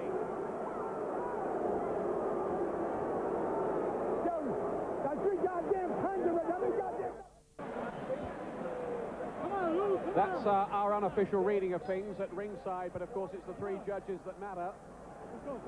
Fifth round coming up. Champion Evander Holyfield in the red trunks, Riddick Bowe in the white. And this has been a good one so far. Holyfield's fourth defense.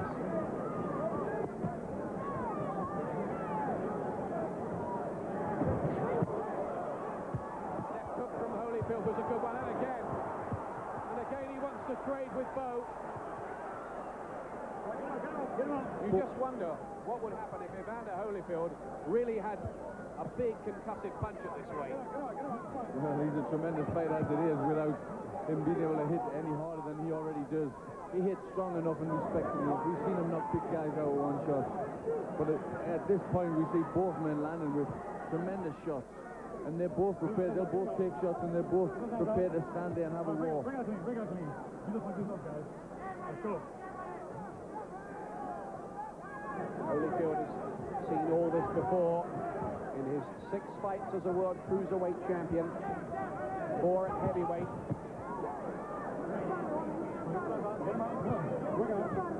It's almost as if he relishes the whole exercise of drawing the other man's sting and then trying to take over. He's been rubbished. They've called him a cardboard champion. Well, I think maybe he can prove the doubters wrong tonight, but this is very even at the moment, and Bowe coming back again with that right hand.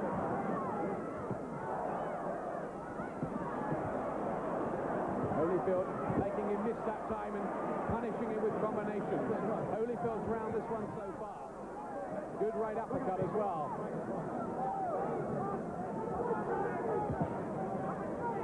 Get the hands on the neck, get the hands out, get out. Holyfield just outworking Bowe in this round, just throwing more shots and landing with more combinations. He's making Bowe miss a bit more as well in this round. He's starting to slip. He's starting to move a little bit more, isn't he? He's starting to be a little bit lighter on his feet. It's been a very physical fight up till now, and maybe Holyfield's elected to use that speed. Get the hands back, get the hands back, hold the head, hold the head. This is what Holyfield, I think, would be well advised to do. Slip, move laterally, then throw in his combinations. Use his excess speed and probably excess fitness and conditioning as well. Bowe does look to have slowed up a bit in this round, and there's a rather more perplexed look on his face. Yes, it's noticeable he's not landing with his jab in this round. Earlier in the fight he was landing with a good left jab. In this round he hasn't. Last few seconds, and that was Holyfield's round. Both corners working with the iron. Left eye of Bowe, right eye of Holyfield. We have the fight dead level here. One or two of our American colleagues think Bowe is leading it by a couple of rounds. Glenn McCrory sitting alongside me has an even 2. This is the 6th. In that last round, there were signs of Holyfield just taking over. Now, can he build on that in this 6th round? Certainly George Benton in Holyfield's corner was saying Bowe's starting to tire. Yes, he said that. Lou Benton said that throughout that round. He said he's running out of gas. He's running out of gas. Well, is he? We'll find out.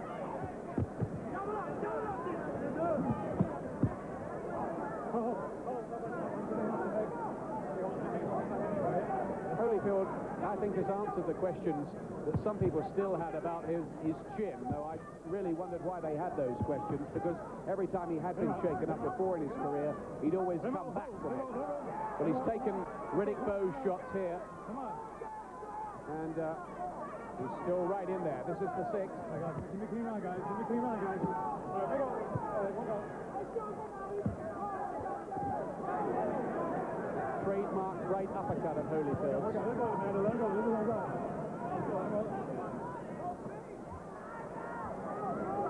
I think that sort of fight Bowe more. I think Holyfield had good success when he moved about, used his speed, attacked Bowe with angles in the last round. And I don't think he really wants to get drawn into a brawl, which at times, is a criticism of his. He does like to fight. It's a good left uppercut from Bowe.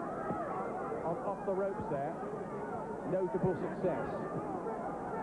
Holyfield just wanting to take a breather, having taken that one for a moment. He's not doing a lot for it. That left uppercut, I think, did hurt him. Good shot from Riddick Bowe. And Holyfield, I think, might have been a bit more hurt by that punch. And he's just took the time to recover from it. And now I think his head's cleared. And maybe Bowe, I don't know whether he really sensed the moment as much as he should have there. I think he really did shake Holyfield with that left uppercut. He did hurt him because Holyfield never got out of the way. He stood there and did nothing. And Bowe just sat back. I don't think he really realized how badly, that Holyfield was hurt.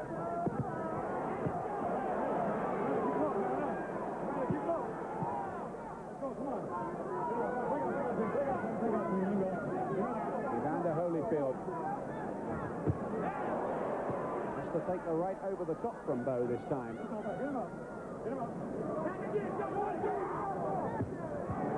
More even round this one.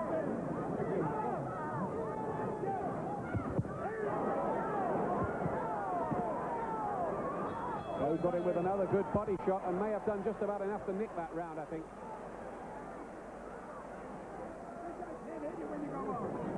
This is the Holyfield corner. Let's see if we can hear what they're saying. Now, when they fire into the air, just get down. You know what I'm saying? Okay.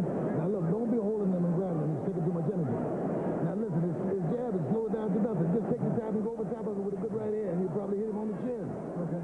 You understand? Okay. All right. You all right? Mm-hmm. Okay, now don't hold him. Right down here. Halfway through. You don't need to grab him. You understand? Well, you can hear George Benton talking to Holyfield. They're having to work quite hard with the iron on that right eye. And a bit of a swelling by underneath Bowe's left eye. Nothing much, though. It's just precautionary, really, Glenn, isn't it? Yes, they're just making sure that nothing comes up. They're just using the eye swelling and keeping them, any sort of lumps, keeping them down. Because once a lump comes up, it's very easy for a cut to start from there. Bowe's pretty unmarked around the face. Round 7 into the second half of the contest.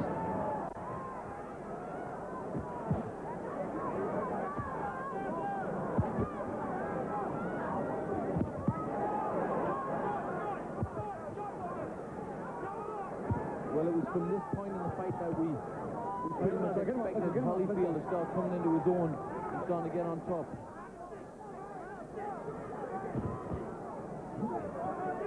But it's very close up to him now, and I give Bowe that last round a good right hand there. Was a good right hand, and Holyfield is hurt by that. And the right uppercut. This is trouble for the champion. He looks a bit open. Bowe crashing home the punches now. And these are troubled times for Evander Holyfield. He cannot take too many more of them. They are very good right hands that Bowe's landing with. And they caught him flush on the side of the head there. Holyfield is having to dig pretty deep here. Chanting for Bowe around this Thomas & Mack Center in Vegas. Bad round so far for the champion. He's caught again. Come on. But Holyfield, it's worth stressing, does have that capacity to ride the bad patches. Watch up on the side, guys. But Bowe's power, I think, is beginning to get to it. I think it is, and his overall strength. The fight has been very physical. There's been lots of pushing and shoving, lots of inside work. And Bowe's landed very much with that right hand. And it does look in this round that it's tapping Holyfield a little bit. See, the one thing about Holyfield is that he is not elusive, not at all. He's always been there to hit, like that. And he's trading here with a man who weighs 2 stone more. It's high-risk policy. Work your head, keep the punches off, guys. Get him out. Holyfield typically comes battling back, but Bowe has a more confident air about him. This is already Evander Holyfield's toughest fight. Yes, people said it would be. People said this would answer the questions. The first time he was in with a young and live heavyweight who was undefeated, he said this was going to be his toughest fight, so now it certainly is. If he can win this one from here, nobody can doubt it. And back he comes, typically with combinations, having soaked up some real bombs from Bowe earlier in the round. But Bowe's round.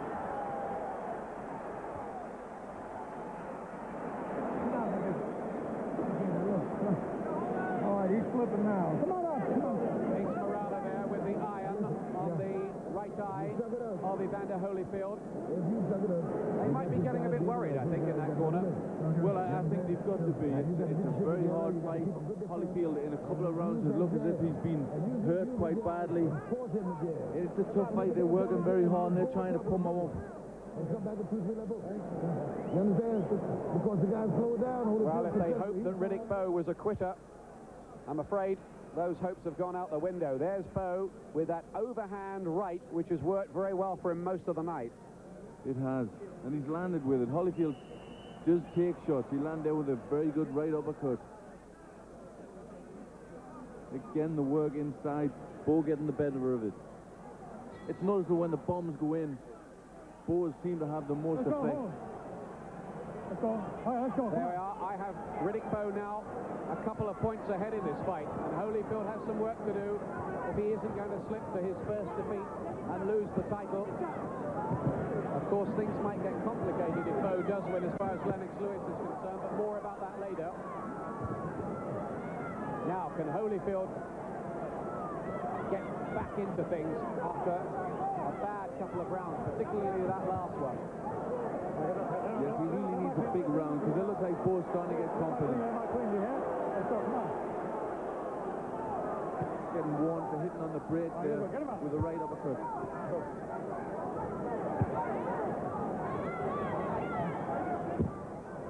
Bowe has just worked away steadily throughout. Work on it, come on, work on it. Holyfield just jabbed at his eye there. I don't know. There seemed to be a little clash of heads, and again he jabs at it. He may be cut. Yes, it's the other eye too. It's the left eye. And now he wants to trade again with Bowe. And he's caught by that right hand again. Get the help. All right, break out to him, break out to him. There is damage now by both eyes of Holyfield. Something just by the side of the right. And we'll have a look at that cut by the left eye. He's dabbing away at it again. I don't know whether it was a punch or a clash of heads.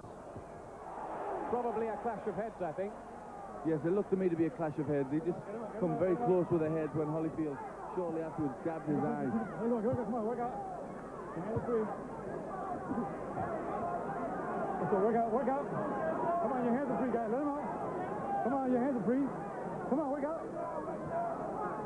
One of the questions in here now is, does Riddick Bowe last? No signs at all of him slowing up or running out of gas. Get the hell out of there, get the hell out of there.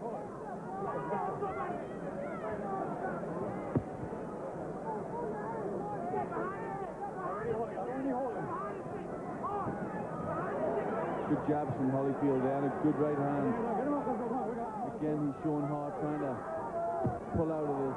He needs a good part in this round. Well, there's still a way to go yet. There's still time for Holyfield. He knows that. In the last minute or so, he's come back pretty well, the champion. And that left, that seemed to hurt Bowe. That straight left, he blinked then as that landed and felt his eye. The right uppercut. This is some whiteness fluctuating again in this round. Holyfield has been lifted by the sight of that. Bowe's work rate has just dropped off slightly, and Holyfield came back well to take that one, I think.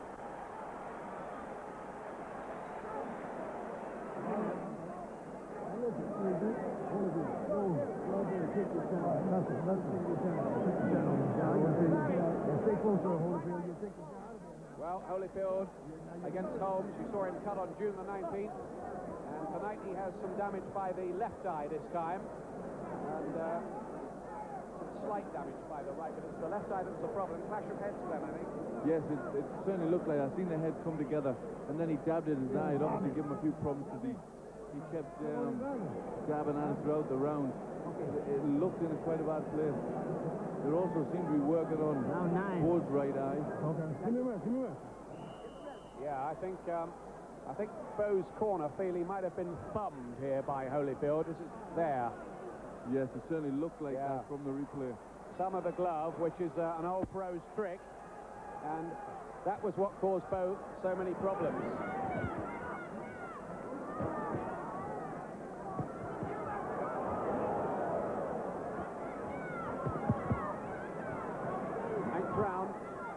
White trunks, Holyfield red, Holyfield with the facial damage.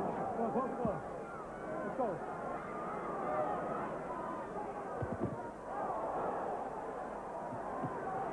Bowe's right hand gets to work again, and Holyfield just covers up and wants to buy a bit of time.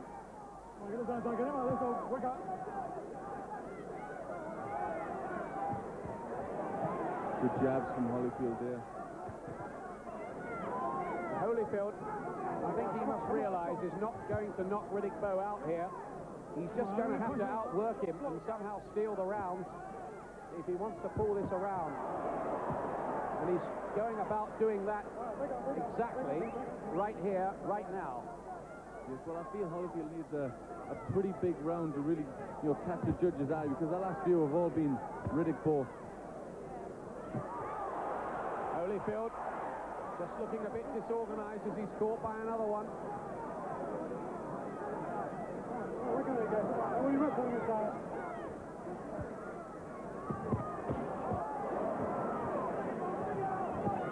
Be fair to Bowe, so many knockers in the newspapers throughout his career, but he stayed with Holyfield and matched his work rate all the way here.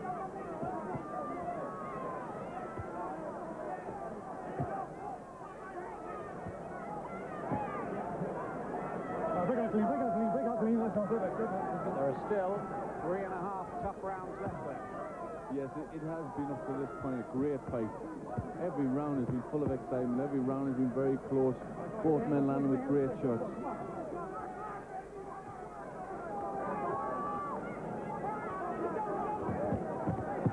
Right hand from Bowe, but look at the combinations in return from Holyfield. This man's fighting spirit, fighting heart is quite incredible.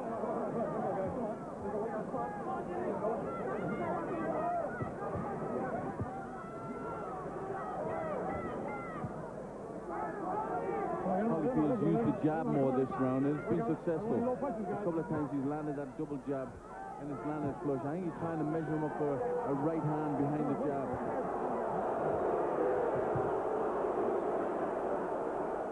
Trouble is, Holyfield's punches are rather bouncing off Bowe's chin. The heavier artillery lies with the challenger.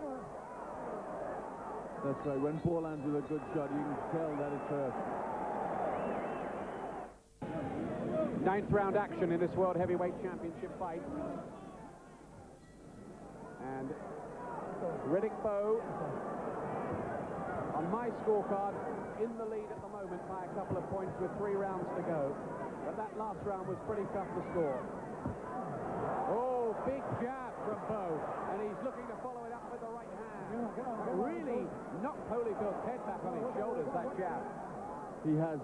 When he used it, it's a very, very strong jab, and a good uppercut. He's in trouble. He's in trouble now. Holyfield is gone. Bowe senses the finish now. Holyfield is all over the place, and there's a long time left in the round. Holyfield is fighting for dear life in there now. Bad moment, and this is where the title changes hands. like it. The referee may have to dive in. Holyfield is covering up. And what amazing resilience from him. Well, it's a mark of his fitness and his determination that he survived that, because Bowe has threw everything to finish this. And Holyfield comes back with the right hand. How on earth Holyfield stood for that, I don't know. Well, that was almost the Smoking Bert Cooper fight revisited when Holyfield was in the most desperate trouble. And that time he came back to win. But I don't really know how he got through that little 20-second patch. But somehow he did. But it's left its mark, I'm sure. And if Holyfield is to lose tonight, he's going to go out on his shield. Yes, he's a warrior, a fighter, right, to the bottom of his shoes. Unbelievable heart he showed there. Many men would have went down. He covered up fantastically and even managed to fight back. Superhuman powers of recuperation from Holyfield. Amazingly, he comes back at Bowe. And he's got... Bowe now is the man having to defend. Bowe looks tired. What a round. What a fight. Let's go, come on, let's go. Break out, Clean, break out.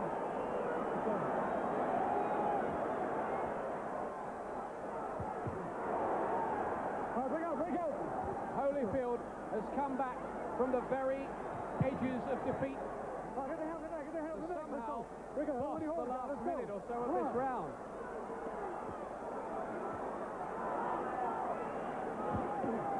And now he gets in with a right hand. Bowe takes the punch, and Holyfield senses that maybe he can come back. Can he get Bowe going? Bowe is soaking it up. That's the difference. What an incredible fight.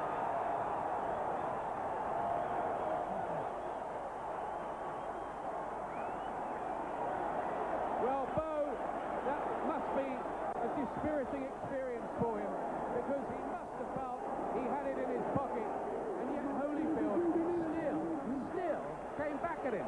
That's right, and there's the right uppercut that did the damage. A great shot. And from this moment on, Bowe was just non-stop pressure. He did everything right. He kept the pressure on. He caught Holyfield with lots of good shots. And Holyfield coming up. There's the right uppercut. A tremendous shot. Well, that was Bowe all over Holyfield. I think only the ropes kept him up. Some referees might have administered a count there. It was very similar to the Cooper incident when Mills Lane did count. Joe Cortez decides otherwise. But look at Holyfield come back here in the same round. This win, lose, draw is some fighter. 11th round. How much have either of them got left? How much can they have left?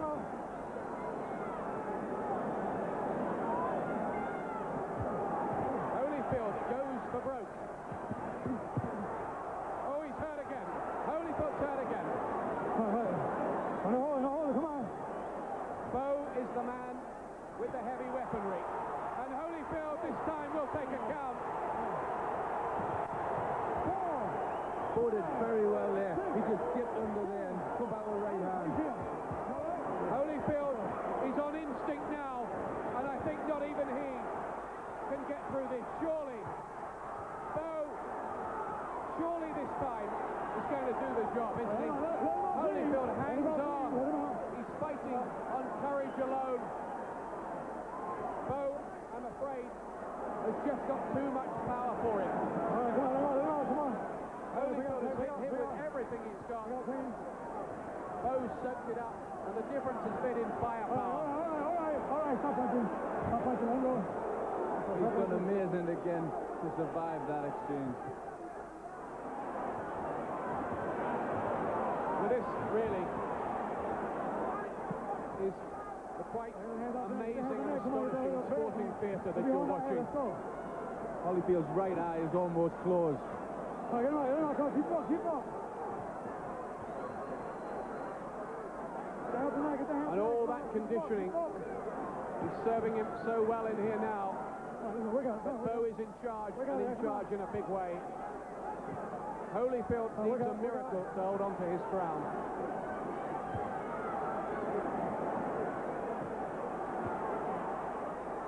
And Bowe now confidently just setting him up behind the jab and waiting to unleash the right hand, but it's Holyfield who does it.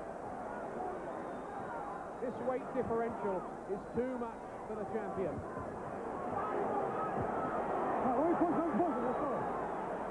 I think if it had been a non-title contest, Holyfield would have been stopped by now.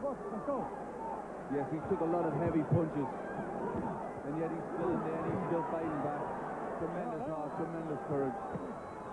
How incredible it would be if somehow he did rescue this in the remaining time.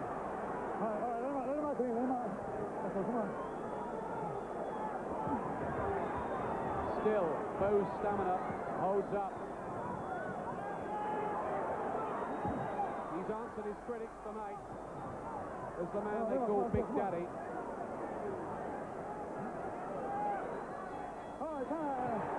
Bowe's round.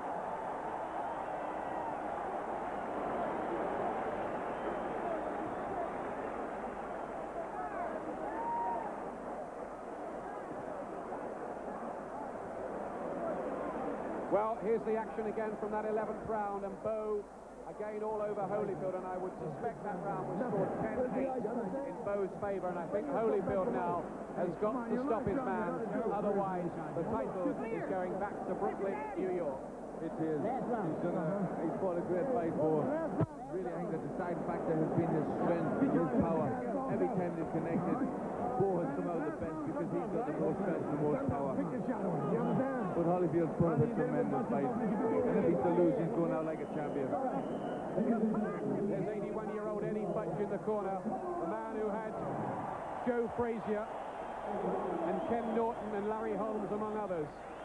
And this would be another massive triumph for him tonight in the Battle of the Trainers against George Benton, his ex-apprentice, who's in the other corner. Last round of one of the great world heavyweight title fights.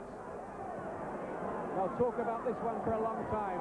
Holyfield, I reckon, and I'm sure everyone else around here reckons too, needs the knockout if he's going to rescue this now. He's done astonishingly well to still be in there. Yes, he's had a couple of very bad rounds and Bowe's in a definite lead, I would say.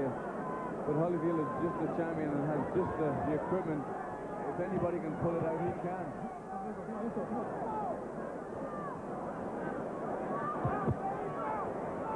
Okay, Bowe's sweet right hand. One of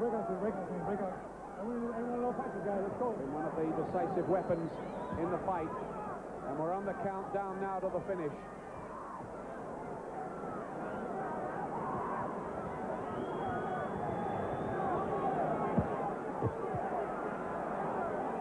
Riddick Bowe, the man who makes videos and campaigns in New York against drugs and helps the kids out there.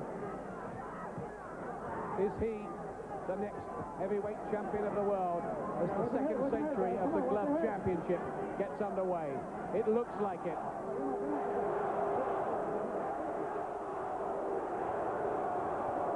I think Lennox Lewis watching this fight will be interested and will enjoy the fight. That this has been such a war, because whoever he fights, this has took an awful lot out of them. Yeah, it's an aging fight for both of them. Oh, left hook, Holyfield. Still he's firing in the last round. Twice he's been on the very brink of being knocked out or stopped, Holyfield, and he deserves to last the full distance. This could be his first defeat since the Olympic Games of 1984, when he was disqualified against Kevin Barry in the semi-final.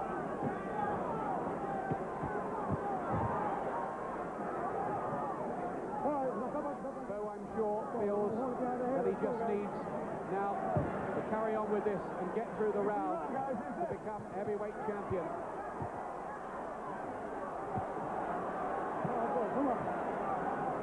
They say that a good big un will always beat a good little un, but we wondered whether Riddick Bowe really was a good big un. Tonight, I think he's proved it. He certainly is, and he certainly proved all the doubters who thought that he didn't have heart. He certainly got bags and bags of heart. Everybody in the arena in the closing seconds is getting to their feet.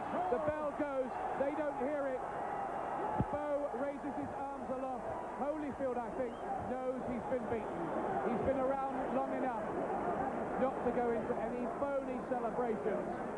And unless we are very much mistaken, Riddick Bowe has taken over here as the heavyweight champion of the world, though we must wait, of course, for the official announcements.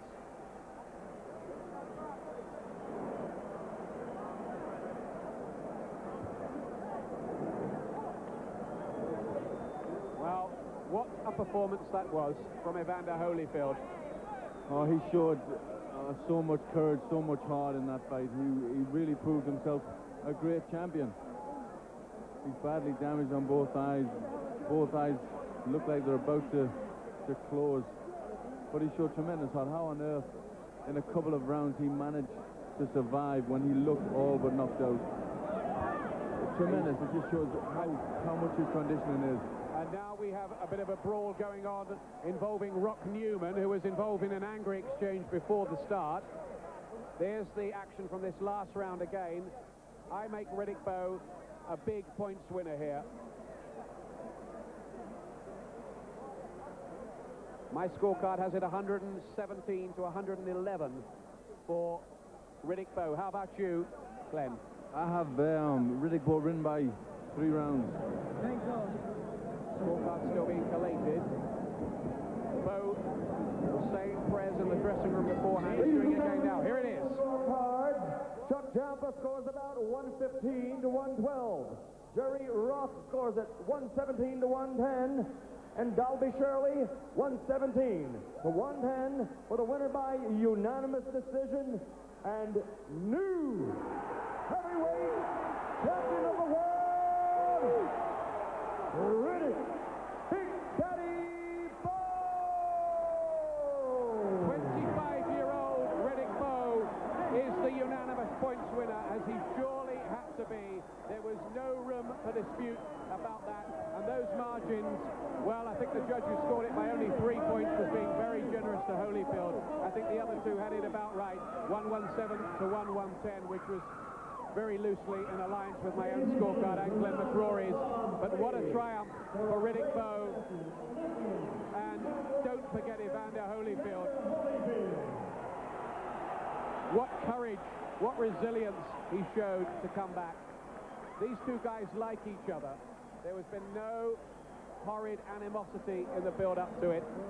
They've got the utmost respect for one another. The question now, of course, is will Riddick Bowe fight Lennox Lewis as the WBC will order him to, or will he go off as threatened and fight George Foreman in China for a lot of money and get stripped of the WBC version? In which case Lewis would be declared WBC heavyweight champion, while Bowe would be the WBA and IBF champion. It's complicated, isn't it? But for Riddick Bowe, the man who wants to become a television presenter, a great night from the same harsh, rough environment as Mike Tyson, though he never fell into those kind of ways. Bowe's family are in the ring there with him. He's married, he's got 3 children. He works for civil rights. One newspaper called him the heavyweight from hell. Not for any bizarre reasons, but because of his harsh upbringing in the tough streets of Brooklyn. And it was his mother who kept him on the straight and narrow during those years. And now he's the heavyweight champion of the world. Mum Dorothy in there. Great triumph too for his manager Rock Newman, who believed in him when so many others, big names on the fight scene, didn't. They thought he was a quitter after he lost to Lennox Lewis, but I hope he goes ahead now and fights Lewis, because that's the rematch of the Olympic final of 1988. It's all over for Evander Holyfield. beaten for the first time in 29 contests and in an 8-year professional career. But how that man went out on his shield, you have nothing but respect for him. Bowe wears the belt. That's Rock Newman on the right there with the beard. The former radio disc jockey, Rock Newman. And we're going to, I think, have a word with the champion, the new champion, in a moment as Holyfield is ushered away. So, let's get some reflections on all of that from Gary Norman up there on the balcony.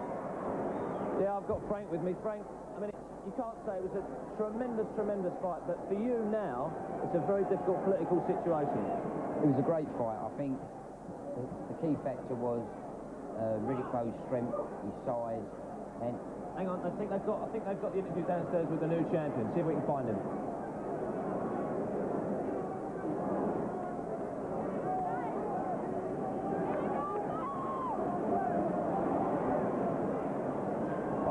On that, we'll try and find it for you. You were saying, great fight, but politically it could end up being a disaster for us.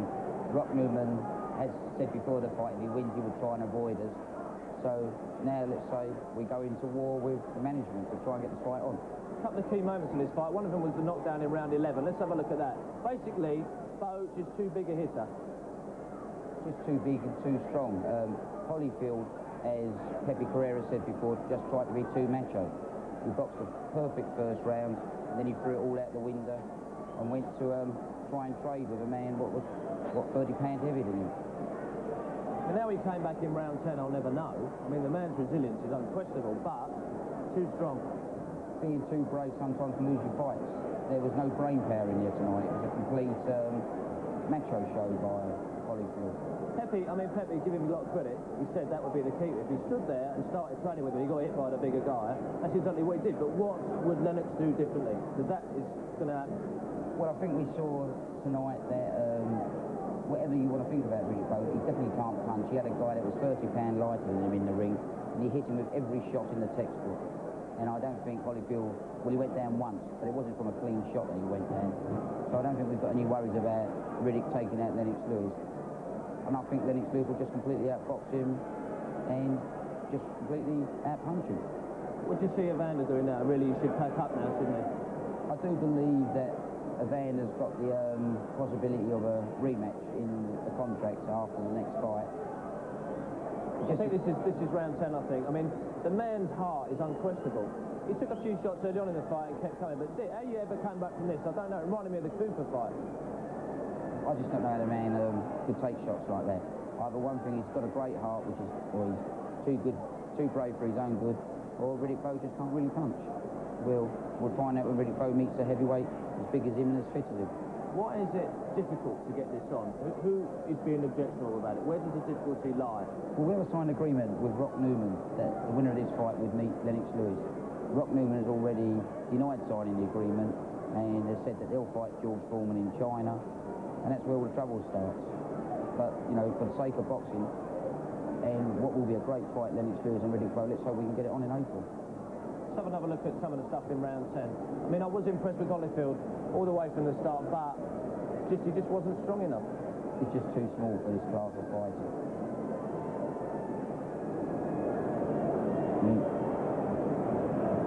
What a game guy, though. What a try. Yeah, the one thing he did do, he went out like a true champion. He went out fighting, but he just didn't have the size to match Bowe, and that was the key factor in the size. Yeah. Well, I don't know what you're going to do about it. What happens now? There's a press conference after this. You have to sit down with Rock and... I would imagine we go straight into a negotiation sometime tonight, let's hope. I believe Rock Newman's got a contact with the Doovers as well, so Doovers have some options on him, so we'll start working there on it. Just explain that to us. If the main events people have got options on Riddick Bowe, shouldn't he do what they tell him to do? Yes and no. He's the champion of the world, and once you're champion, you can call a few tunes. He's certainly enjoying it, isn't he? He'll enjoy it for a while. Let him make the most of it at the moment. And of course, should it happen, mean, what's Lennox's real feelings towards Bowe? Because there was a little bit of animosity all the way along the line as amateurs. I think Lennox will really like this fight, and I think this is, for boxing, Riddick Bowe and Lennox Lewis is a great fight. It's a rematch of the 1988 Olympics. There's the beaten champ leaving the arena. Well, going back to his dressing room anyway. That's a real bad feeling, that. You know, 1 minute you're on top of the world, next minute, and no one likes to lose it. That's the problem in this game. Yeah. I don't know what he'll do. I mean, he could become an opponent, or he doesn't need it. Any money, he's got all the money in the world, he doesn't need anything, does he? He might as well go out at the top.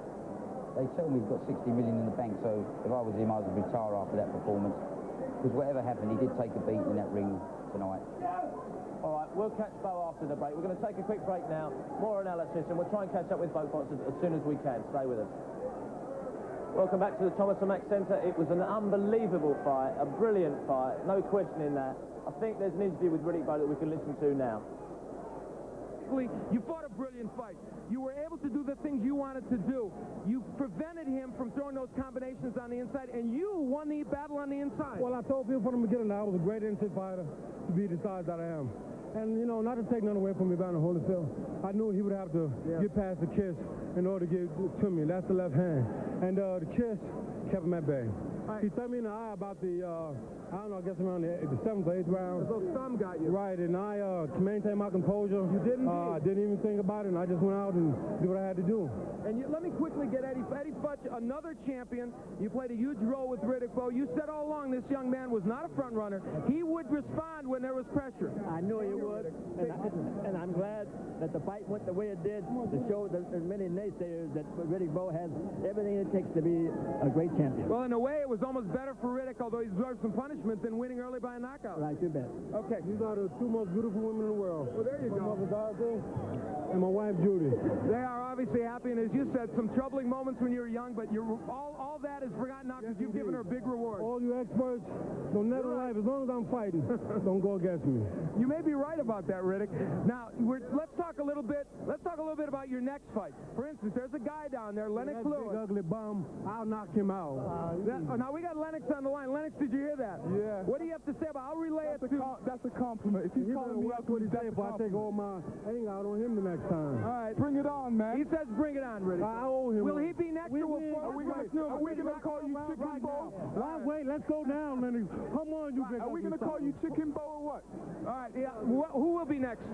We will choose who we will fight next. We will go to the negotiation table with Lennox Lewis. I want to give Lennox a guaranteed shot at Big Daddy here. So he would be your preferred choice. Big Daddy owes him. We will look to see what's the best deal for Riddick Bowe. But we'll take our time and decide that. We will not be dictated to by anyone. We struggled to get this far, and we're going to continue to do it our way. Yes. Jelly Finkel, Butch Lewis, you bums, y'all fools. Y'all let me slip through. That's right. I'm the man. I'm the champ. You see what I got here? Well, Riddick Bowe and Rock Newman, very emotional, Riddick Bowe, who said he will go to the contractual table with Lewis. Now, there's a lot of animosity between Lewis and Bowe. You'll see that in a minute, but first, I think we've got Lennox Lewis with Ian Dartmouth. Let's hear his reaction. He's right here at ringside with me now. First of all, Lennox, give us your assessment of that performance by Riddick Bowe. I think it was a good, solid performance. He did what he had to do to win. He kept composed, and he won the fight. He boxed a good fight. You can't take anything away from him. There was quite an altercation going on between you two. When he got out of the ring, very angry exchange by the look of it. What was going on there? Well, he said a couple things to me, and I said a couple things back. This is what you call hype for the next fight. I hope that he won't sidestep me. There it is, look, here it is. We just recorded that a few seconds ago. You two together. What sort of things was he saying? He's saying, you know, I'm next. He ain't afraid of me. He ain't afraid of me. You keep on saying he ain't afraid of me. Basically, I was listening to two people at one time. I seen absolute fear in his eyes. He wanted to get it on right there, but I do my fighting in the ring. I don't need to fight outside of the ring. He looked as if he wanted to have the fight with you there and then. He was warmed up, of course. What you call pre-fight hype. Of course, you've beaten him once already. How do you view this fight now? I mean, there's all sorts of politics going on as well. There's been talk he might fight Foreman, but do you feel in your heart of hearts that it's you and Bowe next in April? I hope it is. I hope he doesn't sidestep me, because Riddick Bowe is who I want. He's a champion, and that's who I want. I want to become the heavyweight champion of the world and bring it back to England. You've beaten him once before. It would be a very different fight, I think, between you and him than the one we saw there, where Holyfield had a macho kind of fight with him, didn't he?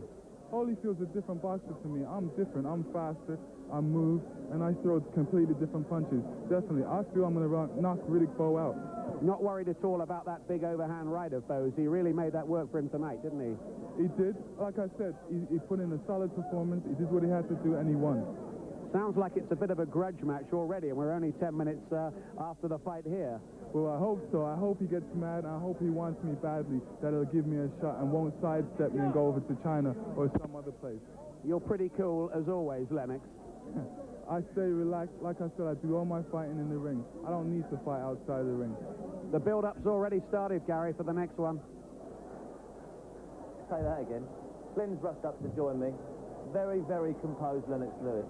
Very composed, and so he should be. I think he'd be very confident. He's knocked Riddick Bowe before. Obviously, Riddick Bowe's come on a lot since then. But I think he'd be very confident by the fact that that was an absolute war. I mean, that must have took an awful lot out of both men. And at times when a guy has a fight like that, they're never the same again. So I think he'll be quite pleased. Yeah. Now, what did you make of Holyfield's resilience? Unbelievable resilience to come back like he did in those rounds, especially round 10. It was fabulous. I mean, we've seen that before. We've seen signs that we've seen against Cuba. Everybody knows how good a trainer he is, how good a professional he is. And he was brilliant. I mean, the referee in a lesser fight, I think, would have stepped in and stopped it. But Holyfield did everything right, even under so much pressure. It was a mark to his fitness. Must have been absolutely incredible. Yeah, I think we can have a look at some of that stuff from round 10 now. But, you know, like everybody had said, he was just too strong for him, wasn't he? Yes, of all the big shots, you know, when they both put the power in, Riddick Bowe was always the most effective and always the stronger. And how he didn't go down is unbelievable. But he, you know, he did everything. He covered up, held his hands up, tremendous right uppercut. I'm still a big Holyfield fan. I don't honestly rate Bowe that much. I just think the weight disparity was too great. He was too strong for him. I still don't think Bowe is that great a boxer. That made a great fight, but... Well, I think to beat Holyfield, he did very, very well. Holyfield is a great champion. He showed Bowe showed a lot of good qualities there. And the one thing that he did prove is the fact that he's got no heart. I mean, because at times when Holyfield fought back, many people would, you know, especially their first challenge for a title or their first title fight, many people would have said, you know, what do I have to do, what do I have to do, and quit, and he didn't. Credit to Holyfield for his resilience, but Holyfield was catching Bowe, so Bowe can be tagged. Holyfield wasn't a big enough puncher. What happens when he gets in the ring with someone you can punch, like Lennox Lewis? Well, it's obviously that is the fight now. It is going to be a tremendous fight. They fought before, and Lennox did the business on him, and I think that's always going to be in Bowe's mind. And I think, you know, we've seen that by the ringside, you know, display when he still hasn't gotten over it. It's still deeply on his mind that Lennox knocked him out, and I think right at the depth, I think it'll be a good fight, but I think Lennox will come through. Well, I can't wait to get home and watch the tape of that one. Enjoy it again. Let's have a look at some of the highlights from round 11. I mean, I've never seen Holyfield hit the deck before. He threw some fabulous shots for. This is where I think he just ducks under there. I mean, what a great move. Right at the end of the fight as well. Holyfield's putting the pressure on, slips underneath, side steps, and comes out with a couple of good shots. Tremendous fight, tremendous fight. What would you do if you were Holyfield and you had $60 million in the bank? Well, I think after a fight like that, I think he will quit. I think he'll retire. In fact, if he'd come through the fight and won, I wouldn't have been surprised if he'd retired, because he got hit with a lot of shots. He's had, you know, at the end of the day, he's done very well. He's been a fabulous champion, and he's proved he's been ranked among the great heavyweights, but he still hasn't got that physical side, and he's always going to struggle against some big men. He'll go down in history, but my one regret is this political situation. I really hope that it comes off, because there's too much politics in boxing. What we don't need now is for him to go and make $18 million somewhere else and Lennox to be crowned champion retrospectively. Well, I think, you know, that may happen, that may not happen, but the thing that will happen is, in the end of the day, if they do split up, the titles will soon come back together again, because that fight has to happen. Riddick Bowe, Lennox Lewis, it's a big, big fight, and it will happen. It'll be a shame, but, you know, maybe Bowe deserves an easier fight than Lennox. You know, to make a little bit of money out of the heavyweight title, because, you know, obviously he and his camp feel that is going to be a tough fight. Think there's any chance that you could set another fight before that, or think you'll just, that's it? have a good rest and just wait till April, May, see what happens? I think he may well take another fight. I mean, they're already talking about a Foreman fight. I think he'll want to get some money in the bank. He'll want to, you know, to make it pay just in case he loses against Lennox. And, you know, that's the end of the story. Yeah. So I think, yeah, I'd be looking for him to take another fight. All right. Well, it was a cracker of a fight. Unbelievable. I never seen anything quite like. What does it bring to mind to you? What does it compare with? It was, I mean, the one I thought about was the Thriller in Manila. Yeah. I mean, it doesn't rhyme the Thriller in Vegas, but it was a thriller. And sitting ringside was tremendous. What an experience. One of these days I might get down there myself. I'm not that good a commentator though. Listen, you've seen it all on this channel tonight. You've had one of the best heavyweight title fights in the world. Don't forget... Champion of the world. The two fighters traded punches right from the bell. In round 2, Bowe in the white shorts made the champion feel all of his 2-stone weight advantage. But Holyfield was determined to give as good as he got. But the longer the fight went on, the more it looked as though Bowe would stay on top. In the 11th, Riddick had Holyfield on the ropes, and then on his knees. Although to give the champion his due, he did manage to battle on despite the battering. When the bell finally came, Bowe knew he'd done enough to claim the title. The unanimous points decision was a formality. The new champion delighted with his belt, but he knows what he faces in the near future. Bring it on, man. He says bring it on, Riddick. I owe him. Will he be next to a Are we going to call you Chicken Bowe? Wait, let's go down, Lennox. Come on, you guys. Are we going to call you Chicken Bowe or what? Lewis claimed Olympic gold in Seoul when he defeated Bowe 4 years ago, and the new world champion wants revenge for that. The next time they meet, the stakes will be for boxing's greatest prize. Mark O'Leary, Sky News. Everything I did, he seemed to feel just a little better tonight. And he proven that, you know, he's worthy of being the champion. And from the first round to the 12th round, he was able to, you know, he was able to put out and he was able to take. And that's the mark of a champion. I told everybody it was time for a change. George Bush had to go. And Evander Holyfield had to go. I'm a bad man. Enjoying Sports Saturday with us. Why don't we leave it much as we began it, with boxing history made overnight in Las Vegas. Evander Holyfield against Riddick Bowe for the undisputed World Heavyweight Championship, and Bowe crowned new heavyweight world champion. But that's only the start of the talking, folks. All the action has continued in Las Vegas since the fight ended in the press conference. And a short time ago, the new champ, Bowe, was throwing plenty more verbal punches in the direction of Lennox Lewis, including, and I quote, calling him a ponytailed faggot. But still, he won't say when and where he'll fight next and when he'll fight Lennox Lewis. Let's drop in on that press conference. I told everybody it was time for a change. George Bush had to go. And Evander Holyfield had to go. I'm a bad man. What you have to realize that boxing just something in my life. My life is, you know, being a Christian, believing in God. And this is just an event. It's a game. It's just like a game that a kid play. But I'm an adult. It's a job. And I realized that it can't last forever. And my whole goal was to be the heavyweight champion of the world, then to make the best of it. And, you know, I did all I can. And, you know, if I feel that, you know, later that, you know, I can come back and I'll feel good and I feel like going in there and bust my behind again and trying to regain the title again, then I would do that. But, you know, for right now, hey, I feel that, you know, the God had blessed me enough just to go home and be a full-time father. I think that if Riddick were to fight Lennox next, it would be a promotion that would exceed the financial value of this promotion. So I think it would be a very good and a big promotion. If we maximize the exposure of both Riddick Bowe and Lennox Lewis. Lennox had a spectacular victory over Razor Ruddock, and it was good for boxing, it was good for the heavyweight division.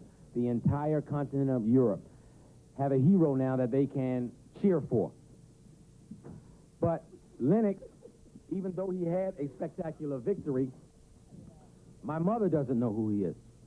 And so My mother either. So he has yet to become He has yet to become quite the household name that would make this the kind of bonanza that we would want it to be. So we may consider, after we talk with Mr. Duva and Mr. Mr. Maloney. What type of name is that anyway? We may decide that there is a way that both fighters can stay active, both fighters can receive tremendous exposure, and then head towards a showdown in the early summer. Much like what happened with Sugar Ray Leonard and Tommy Hearns back in '81 when they fought on the same card in Houston, and then had the big showdown here in Las Vegas on September the 16th, '81. I think Rock Newman's talking absolute BS. It's like a comedy show when they're top table for a press conference. The man's talking about dignity and everything else. He signed an agreement to fight Lennox Lewis, and we will force him into fighting Lennox Lewis. Explain to the people, if he doesn't, Lennox will become the WBC champion, because the WBC have stated that, and then, if you don't fight him, what will you do? We would look at a first defence, and probably that first defence could be Frank Bruno in London. But, you know, we don't want that to happen. We want to be undisputed heavyweight champion, and we're looking for Rock Newman and Riddick Bowe to honour that contract they've signed. Frank Maloney talking to Gary Norman. What do you make of it all, then? I can't believe it. I mean, I think, you know, Lewis has proved it, beat Ruddock. I mean, that was the agreement, and I think it's terrible the way they talk about a boxer. Newman is talking Lewis down, isn't he, and yeah, trying to manoeuvre Lewis away from the world title shot. I think for most boxing fans, the last word would be, what a shame if Lennox Lewis becomes WBC World Heavyweight Champion by default. Yeah. That is not an honourable way to go. He deserves better than that. Yeah, well, he'd probably win it. He's probably worried. He wants to make a few pounds, shillings and pence before he fights him. Keep watching Sky Sports. Hope you enjoyed the fight on ringside. A classic in every sense of the word, and even after 12 brutal rounds, both boxers still had enough left in them to bare their hearts at the post-fight press conference. I told everybody it was time for a change. George Bush had to go, and Evander Holyfield had to go. I'm a bad man. Well, you know, I was going to get on my life regardless. What you have to realize that boxing just something in my life. My life is, you know, being a Christian, believing in God, and this is just an event. It's a game. It's just like a game that a kid play. But I'm adult. It's a job. I realized that it can't last forever, and my whole goal was to be the heavyweight champion of the world, then to make the best of it. And you know, I did all I can, and you know, if I feel that, you know, later that, you know, I can come back and I feel good and I feel like going in there and bust my behind again and trying to regain the title again, then I would do that. But, you know, for right now, hey, I feel that, you know, the God had blessed me enough just to go home and be a full-time father. I think tonight I answered a whole lot of questions as far as my heart is concerned, my stamina, my hand speed. I think Evander Holyfield was surprised more so than anybody, and it was just great. It was a great fight. He has a heart of a lion. No matter how hard I hit him, he was still there, and he's a great guy. He's still a baby, and he's got a lot of things to learn, and he'll show a lot of improvements. He has the potential to become the best heavyweight I've ever had. He's not there yet, but he'll soon be. I will say to you, I know the question has been much on your mind prior to this fight, and it's on your mind now, that I will certainly be sitting with Dan as soon as possible. I see that Lennox Lewis walked in the room.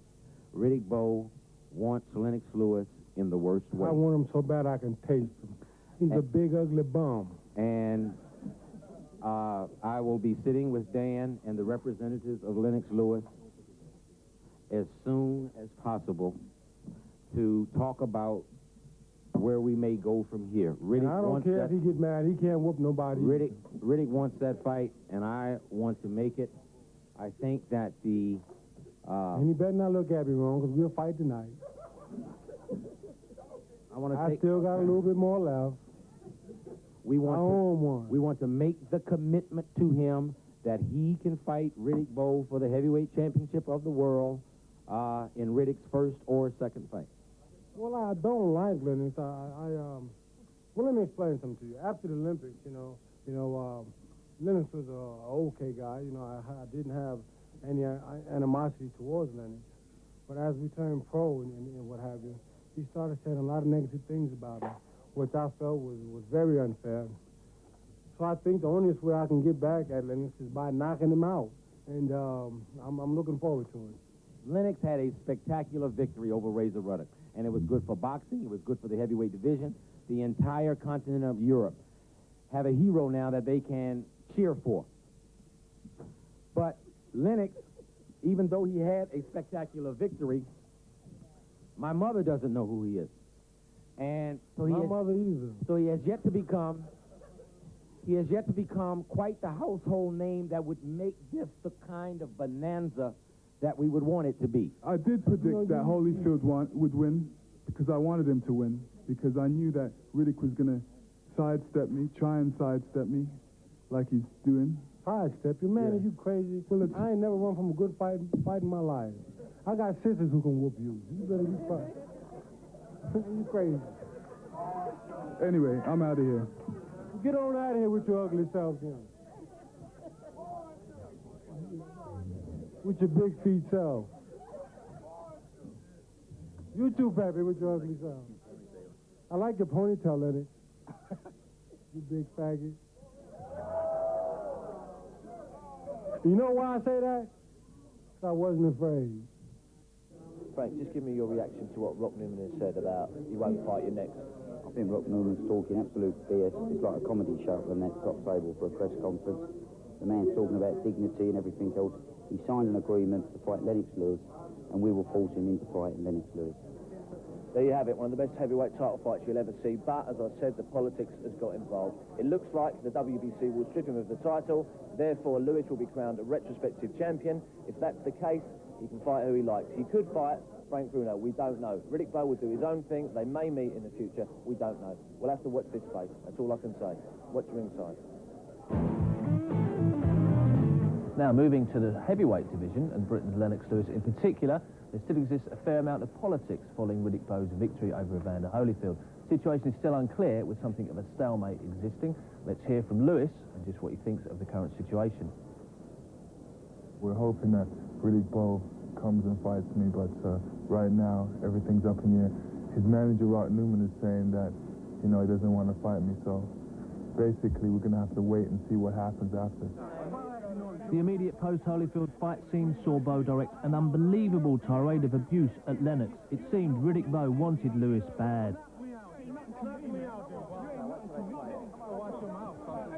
That situation, I didn't think was any press hype. That was all real. I think he did what was, you know, naturally in him to do.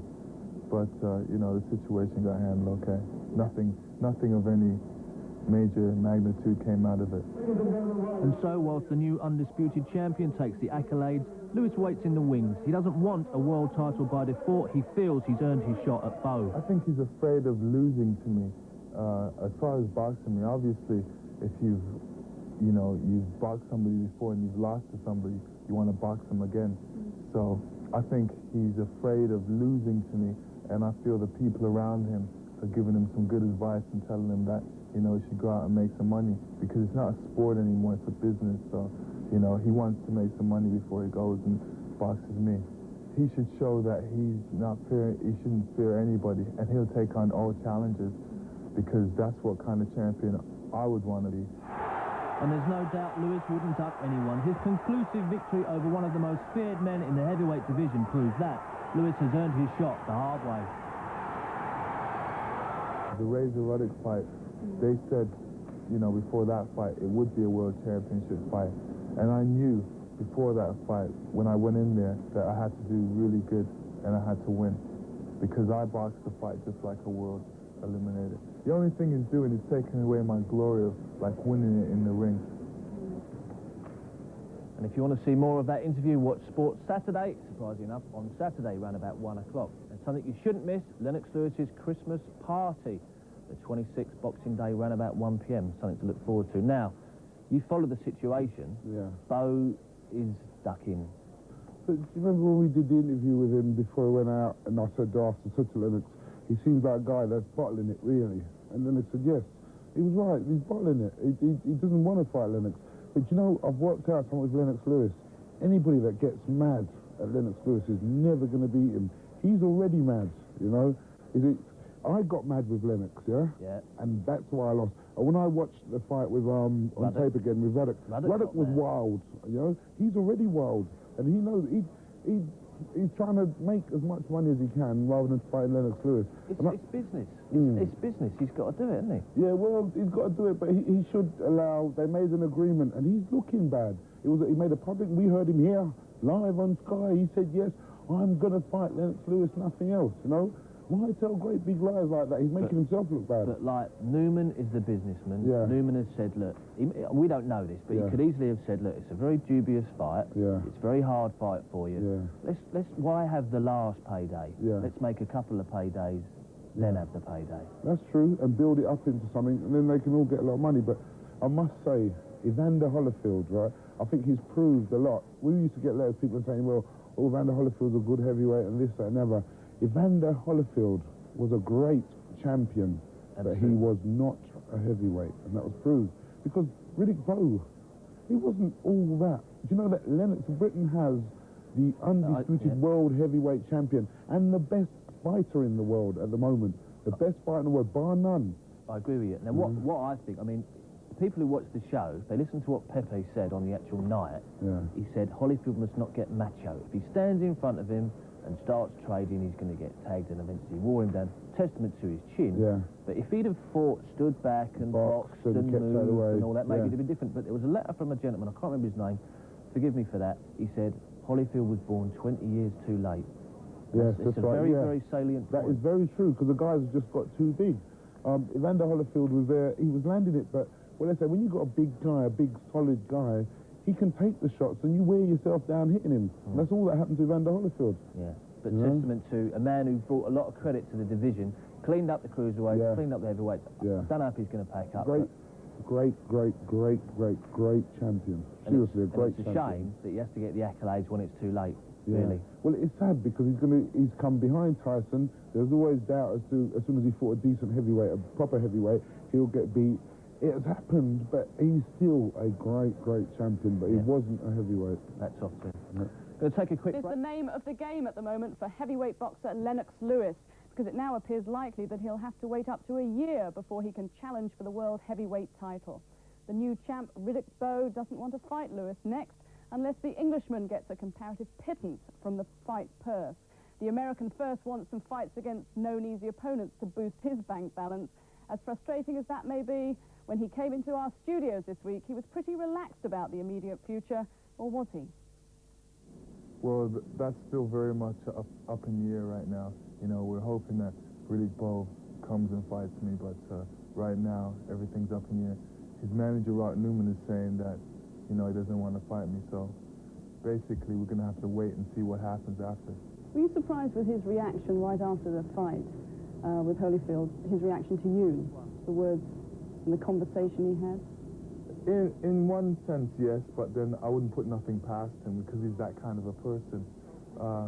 I realized that he was still coming off of a big high off of winning, so, you know, a lot of it I don't blame on him.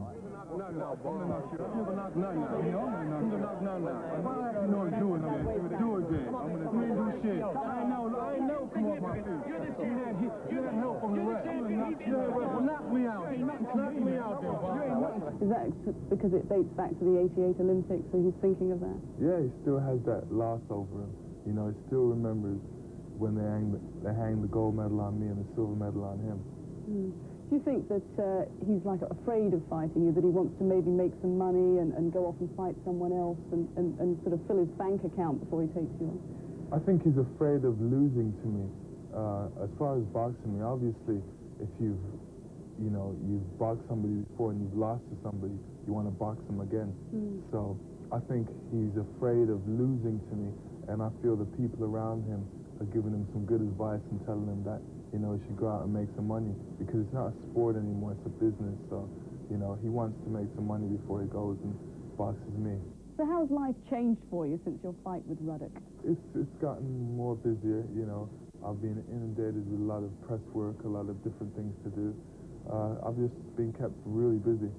Are you enjoying it, though? Are you enjoying the success? I mean, is that always what you've wanted in sport? Yeah, it is.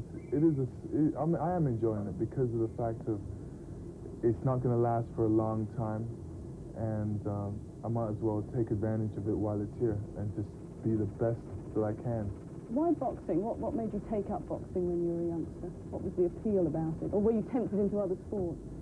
No, I was doing other sports. I was doing American football. My first sport was English football, which is soccer, and I enjoyed that very much. When I went to Canada to start sport, I used to do basketball as well.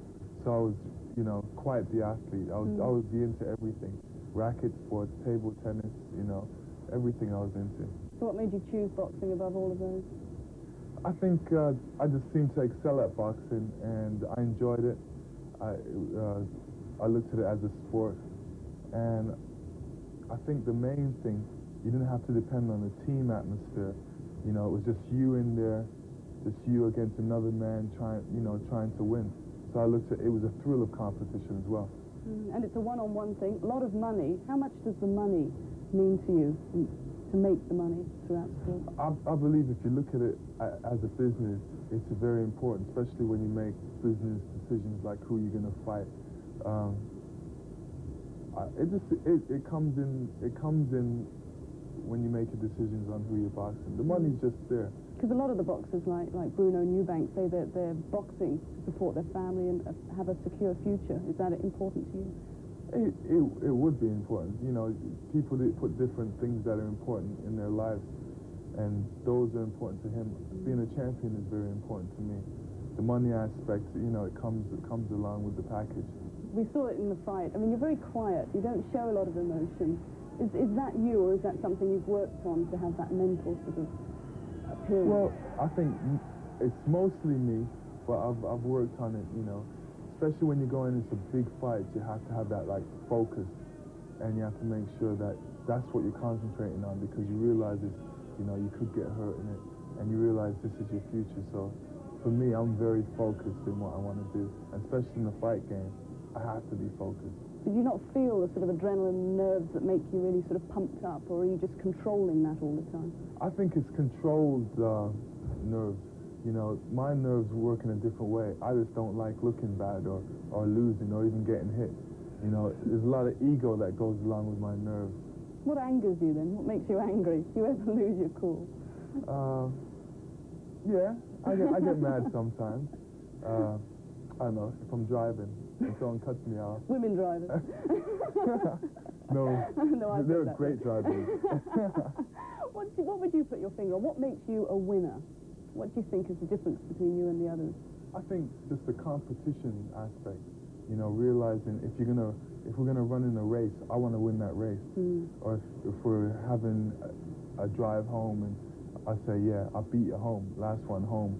You know, it's that competition factor that really, really drives me. And you probably had a bit of rivalry with Dennis throughout the time. Yeah, Does he beat you at anything? No, he doesn't. And he's smart too. He doesn't bet me in certain things he knows he can't win. Okay, Lennox, let's enjoy the fight again, and I want you to talk us through exactly how you were feeling throughout it. We can see it up here behind you. I mean, what were your feelings going into the ring? Well, main thing that I was thinking is, okay, this is it. This is where I have to prove myself. A lot of unanswered questions. And there's all your team around you there. What are they saying to you at that time? You know, I can sense their nervousness. They're just waiting for it to happen because we've waited so long. We've been in training camp so long. It's finally here, the moment.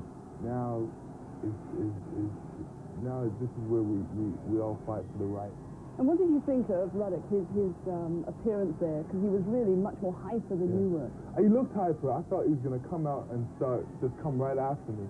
So, you know, in a second, I was in a defensive mode for just for a second.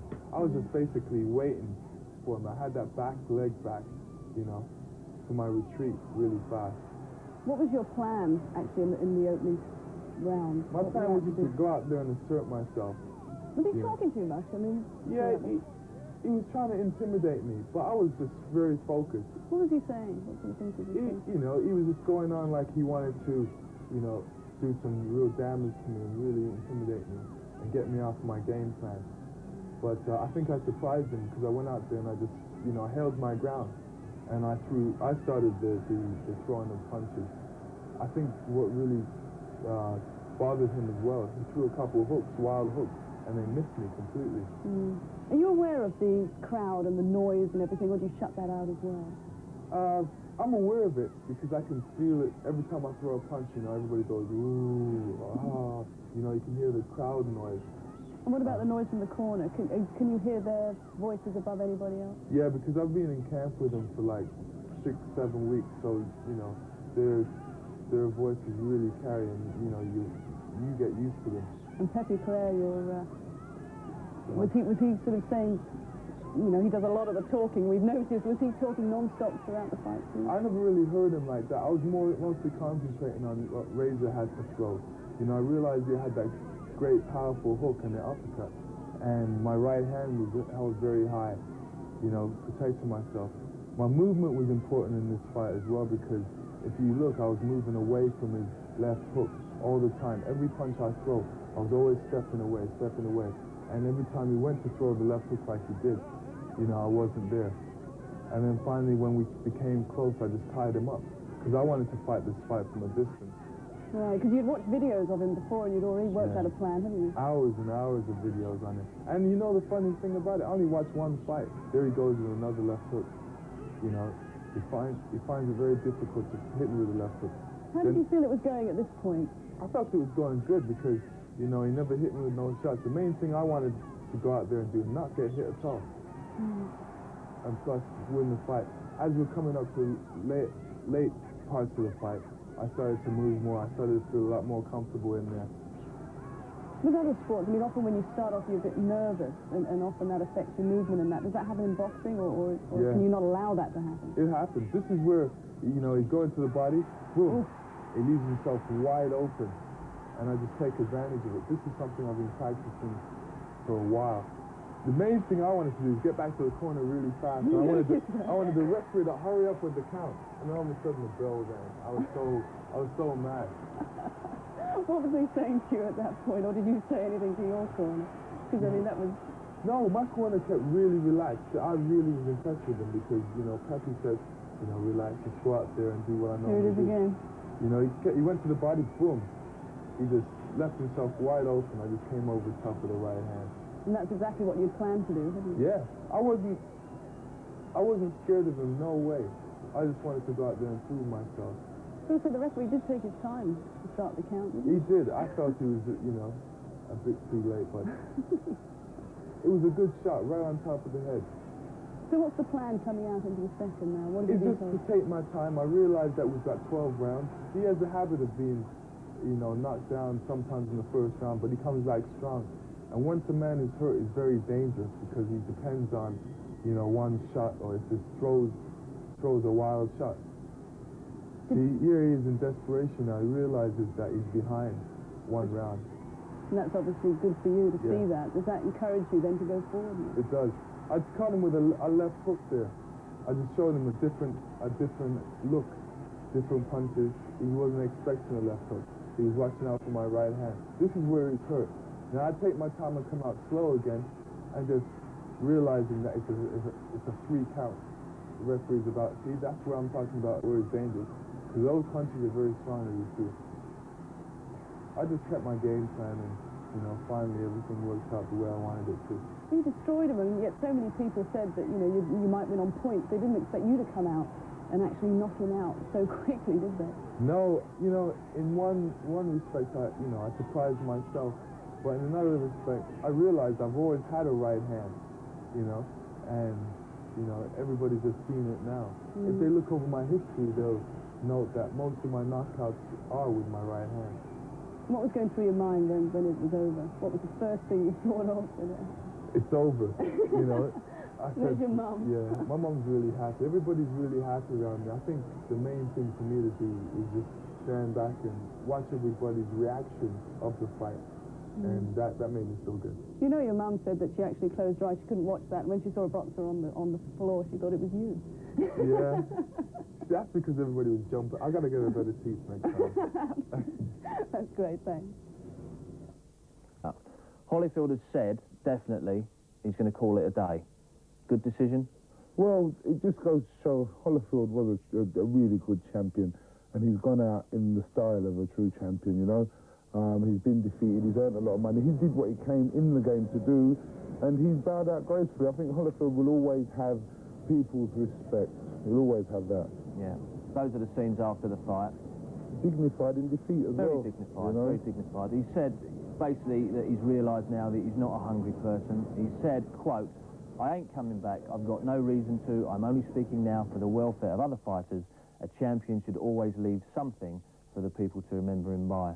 But he does think that he should have got the decision. He said, "I watched the fight 12 times, and I still think I should have been given the decision over Riddick Bowe." That I can't see. Yeah, well, he may well see that because he's looking at it from his point of view, you know, so he will see it that way. But I still believe that Riddick Bowe did actually beat him, and Riddick Bowe proved that he wasn't a genuine heavyweight. But Evander Holyfield shouldn't be ashamed because he went out with guns blazing. He had every single credit that's due to him, and the fact that he's retiring in this way, he'll be revered for the rest of his life, and all due respects to him. That's right, me too. Now, this Lennox Lewis situation, Lennox is desperate to fight Bowe and will take $3 million. Now, obviously, his management team have got to look in his best interest and are saying that's ridiculous. You know, that's like a 90-10% split.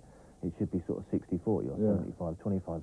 What do you feel about that? What would you do if you were Lennox and you knew that that man should fight you? Yeah. Well, Lennox is doing the right thing. What a lot of people think is that fighters, they only do it for the money.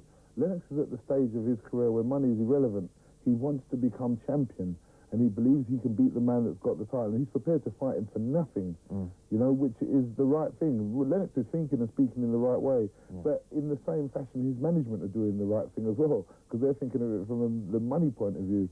They've got to get the best deal for Lennox and themselves. Absolutely right. You know, but if they really want the title, they should let Lennox go out there. $3 million is a lot of money anyway. If they get $3 million, that's a lot of money anyway. And he can beat him, you know? Absolutely right. I think he can too. More later, but the usual ring.